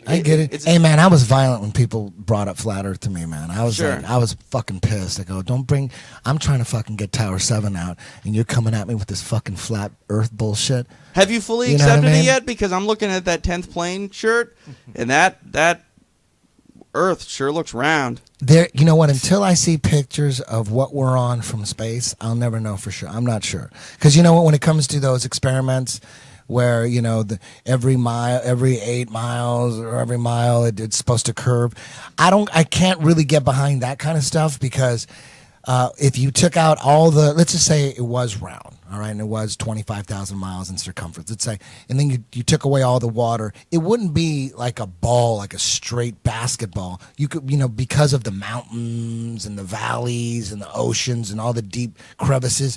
So who knows? It's like trying to measure the curvature on the side of a mountain going down. It's like there's no curvature; it's going down. It's like it all depends on what you're on. So, measuring the curvature on water, that makes more sense to me. But when you measure, every mile is going to be this building should be underground or whatever. To me, it is, I fall to the side where it's just too, you can't see it's too close. You need to be far away. So I can't really, buy into that so much. I don't doubt it, that much. I don't know. But to me, it just always comes back to, where are the goddamn pictures of Earth from motherfucking space? Well, you can have all your goddamn experiments. You can have the horizon rising to eye level. I'm down with that. The eye level horizon thing, that makes a lot of sense to me. But where are the motherfucking pictures? Let me stop you. Let me stop you for a second, because again, I didn't believe you, right? Like I still don't believe you. I think the Earth is round. So, with that said, you and I were talking about this podcast earlier this week, so I'm like, all right, I'm going to run to Google, and I'm going to Google pictures of Earth, because that exists. So if you look over here on my screen, I have it here. This is the one that I pulled up. This is from a Russian satellite, right? Yeah. And I'm looking around, and it's interesting to me. It looks real detailed, doesn't look... like you guys say it's not real, right? That's 100% cartoon. All right, and that's fine. You can you know it is, right? You know it is, right? Why is it orange? No, let me just explain here. It's fake as fuck. So I'm looking at this. I'm looking at this picture that everyone can see right now, and I'm like, okay, I'm going to zoom in here and take a look. Again, I believe that the Earth is round, but why in the hell is there a hand? Oh no! Why is there a Photoshop? Why is there a hand? Why is there a Photoshop hand on the most detailed satellite? Well, because it's clearly Photoshop. Of course. A 4-year-old can tell. Right, but again, like, the point is, this is taking off, right? This whole flat Earth thing is taking off. If you're going to post a picture up on the internet and say that it's the most detailed picture ever taken from space, don't have the grabby hand tool still on the picture. Yeah. Well, they admit it. I mean, there's video of an artist that was assigned the job to make like a new Earth version 2 or whatever it was. He talks about using his imagination and taking these strips of data that NASA provided for him and then coming up with what he thought the Earth would look like based on these strips of data from satellites of the Earth. Come on, man. You guys, how many, 500, what is it, $50 million a day NASA gets for what? What have they provided for humanity? Space shuttles don't even go up no more. They abandoned the Saturn, the moon missions, and they trashed the Saturn rocket technology that took them there supposedly 6 times. You trash that shit. That shit don't exist. You're trying to get to the moon now. They're trying to get to the moon now. The head of NASA's in front of Congress going, we're trying to get to the moon. We need more money. Didn't we fucking go there 6 times already? Don't we already? That's science. That's science to me. Right. That's street science. That's street detective science. Wait a minute. You went 6 times from 1969 to 1972. You went 6 times, all during Richard Nixon's administration. Right. The first time we went to the moon, right in the middle of Vietnam? Right in the middle of the Vietnam War? We're going to go to the fucking moon? Come on. Come on, is that a coincidence that right in the middle, in 1969, right in the middle of the height of the Vietnam War, right, we go to the fucking moon, the greatest achievement of mankind? Come on, that seems like, and all 6 missions were during Nixon's administration, the most crooked one of the most crooked motherfuckers out there. Come on, that's just like that's a shitty detective who is partially retarded from Iceland would have questions. You know what I mean? Come on. And now it's 2017, and the head of NASA is begging Congress for money because they got to get to the moon, and they're going to figure it out as soon as they figure out how to get through the Van Allen radiation belts. As soon as they didn't you guys do that 6 times already and no one died? It took 4 days to get there and back. They're taking shits in their suits and everything's fine. How many Everything's countries? How many other countries have claimed to go to the moon? None. No one else has gone to the moon. None. Russia never made it to the moon. Nope. Interesting. Nobody. They claim to have flew by and they take a bunch of fake CGI pictures. China, and they're way worse than NASA's too. If anyone wants to have a good time, check out China's or Japan's moon images. They're even worse cartoons than NASA provides. So again, I brought this up as a hypothetical, and obviously it's not going to happen. But SpaceX says that they're going to take 2 people around the dark side of the moon next year. That's bullshit. Right. Because the guy from Virgin Atlantic, what's his name? Something Branson. What's his name? Yeah. He was supposed to do that. He was supposed to take people to the moon.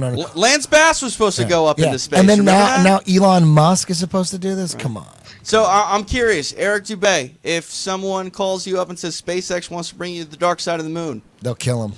They'll just take him. That's what I was thinking. well, wouldn't that be? I mean, Why would I come trust, on. You lost why would him. I trust these people to put me in a rocket? All right. Yo, hey, Eric, what happened? There's a conspiracy theory that one space shuttle that blew up in 1986, and there's a conspiracy theory that says that no one actually died, that those people are still alive. Have you ever looked into that? Yeah, it's pretty interesting. I mean, there's people using the exact same names, and they look exactly like those people that were on board the Challenger. And a lot of them, they use their same names, and they have teaching jobs. And I haven't looked into it too much, but people have looked into it more than me, and they're convinced that these people are, not only did they not die, but they're still alive using their same names. And you can see modern photographs of them, and they look like 30-year-older versions of the people. They could be photoshopped, though. shuttle. I've seen the pictures. It could easily be photoshopped. Like, that could be a hoax conspiracy theory that, who knows? Because they don't, really, the people at the top don't have any problem blowing people up and killing them. You know what I mean?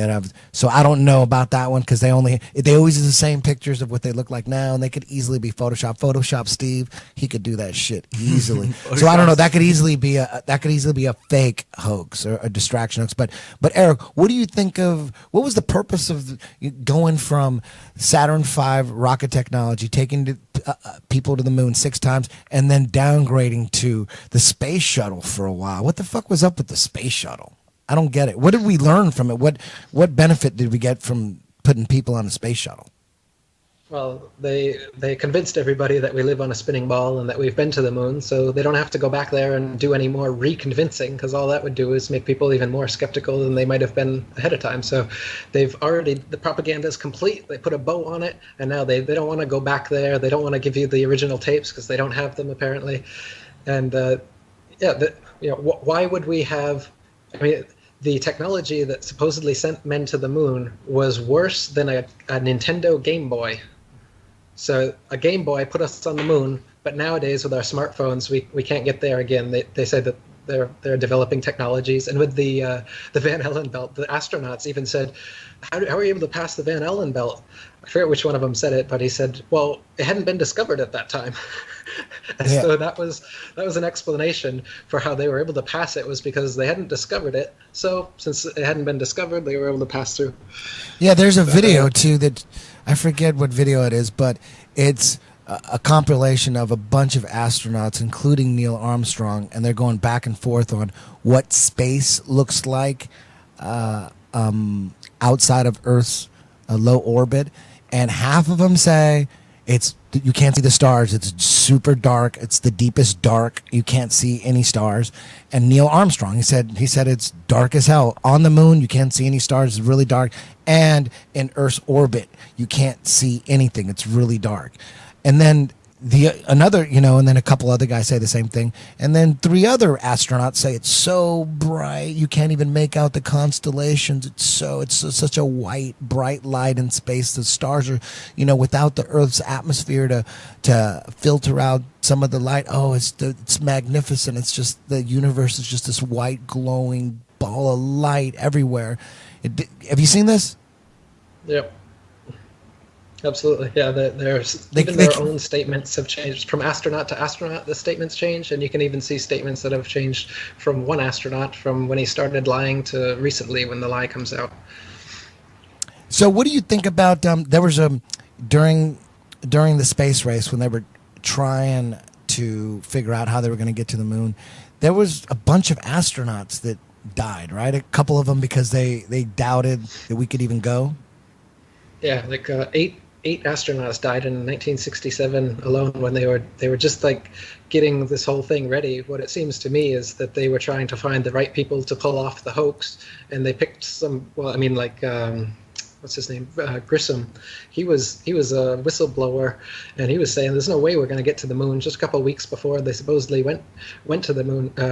A couple of years rather before they went to the moon, he was saying that there's no way we can get to the moon. We can't even get a phone call between Houston and where they were doing the takeoffs from, and the delay was very long. Yet supposedly when they did get to the moon, there's like no delay. They're like supposedly 300,000 miles away, and they're instant communication, just like with their satellites that are supposedly many more millions of miles away, but they're sending us through their million-mile internet connection. They're able to send us these pictures of our whole galaxy or of Pluto or whatever, and then you look at the picture of Pluto, and it's got Pluto, the Disney dog's face, fucking right in the thing. You look at the most recent picture of Pluto, and there's Disney Pluto. Or you look at one of the blue marble images, and in a cloud, it says the word sex clearly. Or other images, you can see copy-pasted clouds where they've just pasted the exact same cloud pattern in different places on their ball Earth. Or you look at the size of continents on the different pictures they show you, and you can see America is visibly half the size of America on their image from the next year. Or you look at the clouds in their videos, and the clouds don't change shape. You'll see the exact same cloud patterns for 24 hours. Or you look at the color of the water and the color of the land masses, and those are changing from picture to picture. I mean, it's such obvious nonsense. There's only so many times I can say it. What do you think about how there's a live feed from the International Space Station of it kind of shows like, the Earth is you kind of see the curvature. Obviously, it looks fake as hell. But there's people think that shit's real. They go, look, they send me links. Look, you could live images or a live feed from the International Space Station. If people didn't know who George Clooney and Sandra Bullock were, you could convince them that shit was NASA, I'm sure. Yeah. Gravity. Yeah. It's right there. Right there on everyone's screen now. Yeah, is that fake. Live? That's live, yeah. Live fake, yeah. And it goes See, off. look, it's curved. We solved the problem. This is how the show ends. That's it. It's curved. Mm-hmm. We got a live feed of the Earth. Yeah. Mm-hmm. I'm glad it's always cloudy too. It's like completely filled with clouds. Yeah, GoPro lens. And it's always cloudy as fuck. Mm-hmm. Look at that. Imagine the storms in there. You can't see shit. Why is nothing moving? Live. Oh, look. They've never they never I talked about this earlier, but you would think if these people up in the International Space Station, they would have like little iPhones, just videotaping all sorts of random little home video type stuff. But everything you see, it's that one shot where they got like marbles that they're throwing up and they're floating. It's always that one. Their hair is like really freaked out too. But they never have any random footage of like looking out the window of the space station and going, hey, like selfie, and then looking out. There's never any of that. It's controlled images like that live feed. It's always the same thing. You see the same type of view of the Earth, and then you see that little satellite thing on the side. That makes it official. Look, there's a little satellite thing on the side. Or you see the same thing. You never see anybody panning around or doing like a complete 360 with the video. It's always the same shit. Isn't there space junk too? Shouldn't we see some like just nonsense floating around out there a little bit too? Maybe, I don't know. Satellites? Yeah. I'm done with no satellites or space junk in there. I'm flat earthed out. I believe all right, hey, Eric, we're going to wrap this up, and I want to thank you for being courageous, and I'm sure that you're safe in Thailand, but we're over here. Yeah. Hey, we're probably going to get fucked with now. You're all crazy if that's the case. I'm the only sane one in the room. Yeah. I'll just say Eric said it. I was just I'm just a host. People want to know if you're going to do this again. They're loving it. So absolutely, we barely scratched the surface, especially on like nuclear energy and stuff. And like people think, well, what about the nuclear power plants? The power plants that blow up, that's for real. And if you look into the whole nuclear hoax, you want to get into that? Want to close with that? Like, what about nuclear power plants? And what about Chernobyl and Fukushima? Like, if nuclear bombs don't exist, explain that. Well, those aren't nuclear bombs. Those are nuclear power plants. And as you've said before, I recommend everyone check out Galen Windsor, who's the guy that built many of the nuclear power plants around America. And he's one of the leading nuclear physicists of his time. And he spent the latter part of his life doing a lecture circuit where he exposed that nuclear energy is fake and it doesn't exist, and that basically nuclear power plants are the most expensive way to boil water. They're essentially steam plants, and the characteristic towers that are outside of nuclear power plants are just steam towers. And he would eat radioactive waste and swallow it, and he would swim in it too. But he'd eat it, and he'd put it on a Geiger counter to show everyone, and put it on his tongue and swallow it and show his tongue again, put the Geiger counter on his tongue, showing that he is ingesting radioactive waste. And he did this for years and years in front of audiences to show that the stuff is not harmful to the human body. But yet, again, they take millions of dollars from us to dispose of this nuclear waste they say is so volatile that they have to dig hundreds of feet down into the bedrock and take the nuclear waste and like put it in little capsules and drill it down there so that it doesn't affect us. And we pay for it.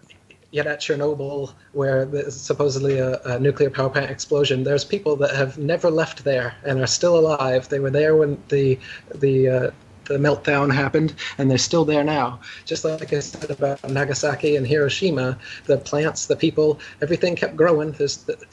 And they stayed there. But it's funny, you can see pictures of people who have lived in Chernobyl their whole life, and right next to them will be a government scientist, and he's totally decked out with, not an inch of his body. It's not covered in some sort of space age silver type suit. Meanwhile, you got some like 70-year-old grandma just doing just fine there, watering her garden, looking at the spectacle. The scientists claiming that, wear our hazmat suits in Chernobyl because of all the radiation. But it's not. There's no radiation. Why do they have to evacuate the cities? Is that because they got to keep people afraid of nuclear power and the word nuclear? They just got to make sure anything that's attached to nuclear, to keep that nuclear bomb scare going and the fear going, that when these nuclear power plants, like when there's an accident, like there's coal power plants blow up too. Like all power plants have accidents and blow up, but they have to evacuate the cities, like in Chernobyl, just to sell the whole nuclear bomb thing, right?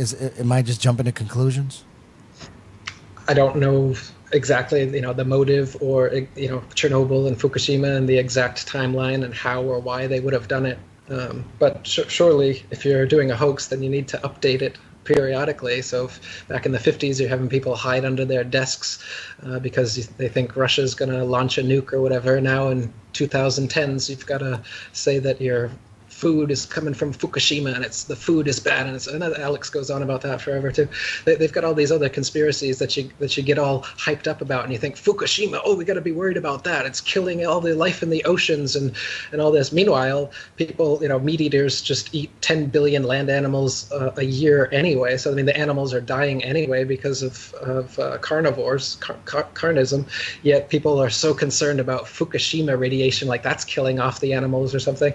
So they've always got a red herring, they call it. They've always got to focus your attention to their semi-conspiracies or their little things that they want to draw your attention to, so that they keep your eyes off of the real thing. So sure, mine and other people's evidence of the nuclear hoax was coming out right about the time Fukushima came out. Just like, the week I put out my Gravity Does Not Exist video, they came out and they said, NASA's discovered gravitational waves.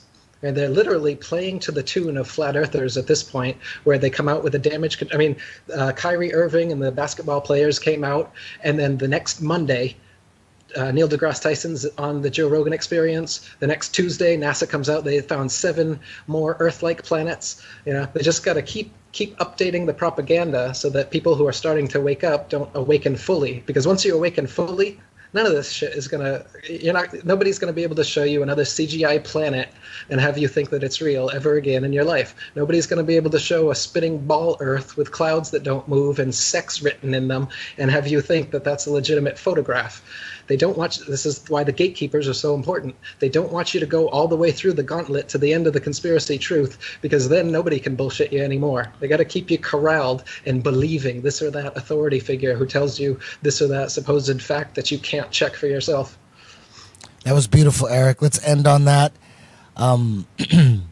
Thank you very much, Eric. We're going to do this again. We got to do a part 2. I just got to relax for a little bit. And Relax. let's end on that note, man. Yeah. That was awesome, man. I feel that you coming on we definitely didn't plan this. This was just all from yesterday. Yeah. Had no goddamn idea that this was going to happen. And, you make me look less crazy. I make you look less crazy. Yeah, it's the symbiotic. plan. It's part of the plan. Hey, Jesus. Eric, you still there? I'm still here, Eddie. Oh, man, I hope we didn't bore you with all that MMA talk and stuff. But I want to Not thank. at all. I'm a big fan of both you and Kron. I love what you guys are doing. Appreciate Eddie Bravo Invitational and Rubber Guard and everything you've developed with jiu-jitsu, and of course Hickson's a legend and Kron is as well. I was excited when I heard Kron was here. That's cool. Yeah. It's nice to meet you. Nice to meet you too, man. I really appreciate it. It's a beautiful thing, man. I'm going to be out in Singapore May 21st to May 20, that whole week for a super camp, teaching 2 classes a day, Monday through Friday. And then that Saturday is a 1FC show. It's going to be an awesome week. I'm going to be out there 7 days. I'm going to be in Korea for the weekend before, but who knows, man? Maybe Eric will make his way out to Singapore and we'll hang out and we'll do like something in person. I don't know how close you are to Singapore. You're pretty close, right? Isn't that like a 2-hour flight? It's pretty close. Okay. I haven't gotten on a plane across the border for a while, though. I keep a pretty low profile. Yeah. You know what? Yeah, you probably need to stay in Thailand until this flat Earth dust settles. Are you in Thailand because you just didn't want to live here in America, or why was there a reason to go into Thailand? My best friend since high school was a Thai guy, and I'd gotten into Thai culture, and I'd visited Thailand. And originally, I was going to teach English and go like country to country. That was my idea. And I started as an English teacher, but I just fell in love with the country, and I've been here for 13 years now. Yeah, it's like when you go to Thailand, man. I've been there once, and there's just a bunch of dudes from like England and Australia. They come like 15 packs, and they're like, dude, we're not leaving. Fuck that. They all try to get jobs there teaching English. Like, fuck that. They're treated like, if you're white and you go to Thailand, man, you're a rock star basically. Right, Eric? Yeah, in some ways. Yeah, definitely. There's that. Especially if you do martial arts too. Oh, man. Forget about it. I get it, Eric. We're all human here, and we all have needs. I get it. I'm with you. But Eric, thanks. Hey, we're gonna do this again. We're gonna do part 2, Flat Earth part 2. I don't know when, but we'll do it. Kron will be back. James will be back. TJ will be back. We'll do it all again. Thank you guys for putting up with the bad Skype connection. I apologize for that, man. We put together this podcast, Radio Shack, Cracker Jack style. Hey, think about it, though. Think about what we're doing here. Like beaming across the other, further Beaming along the planet. Yeah. All right, but you know what I mean? Like, Totally. come on. This we is should have pretty kept big. it. We should have kept it just audio from the get go. You gotta. What did Fedor say? You gotta fall before you can stand back up. Yeah, You gotta make yeah. mistakes. You Yeah. gotta iron them out. Exactly. Eric, thank you again. Kron, James, TJ, see ya.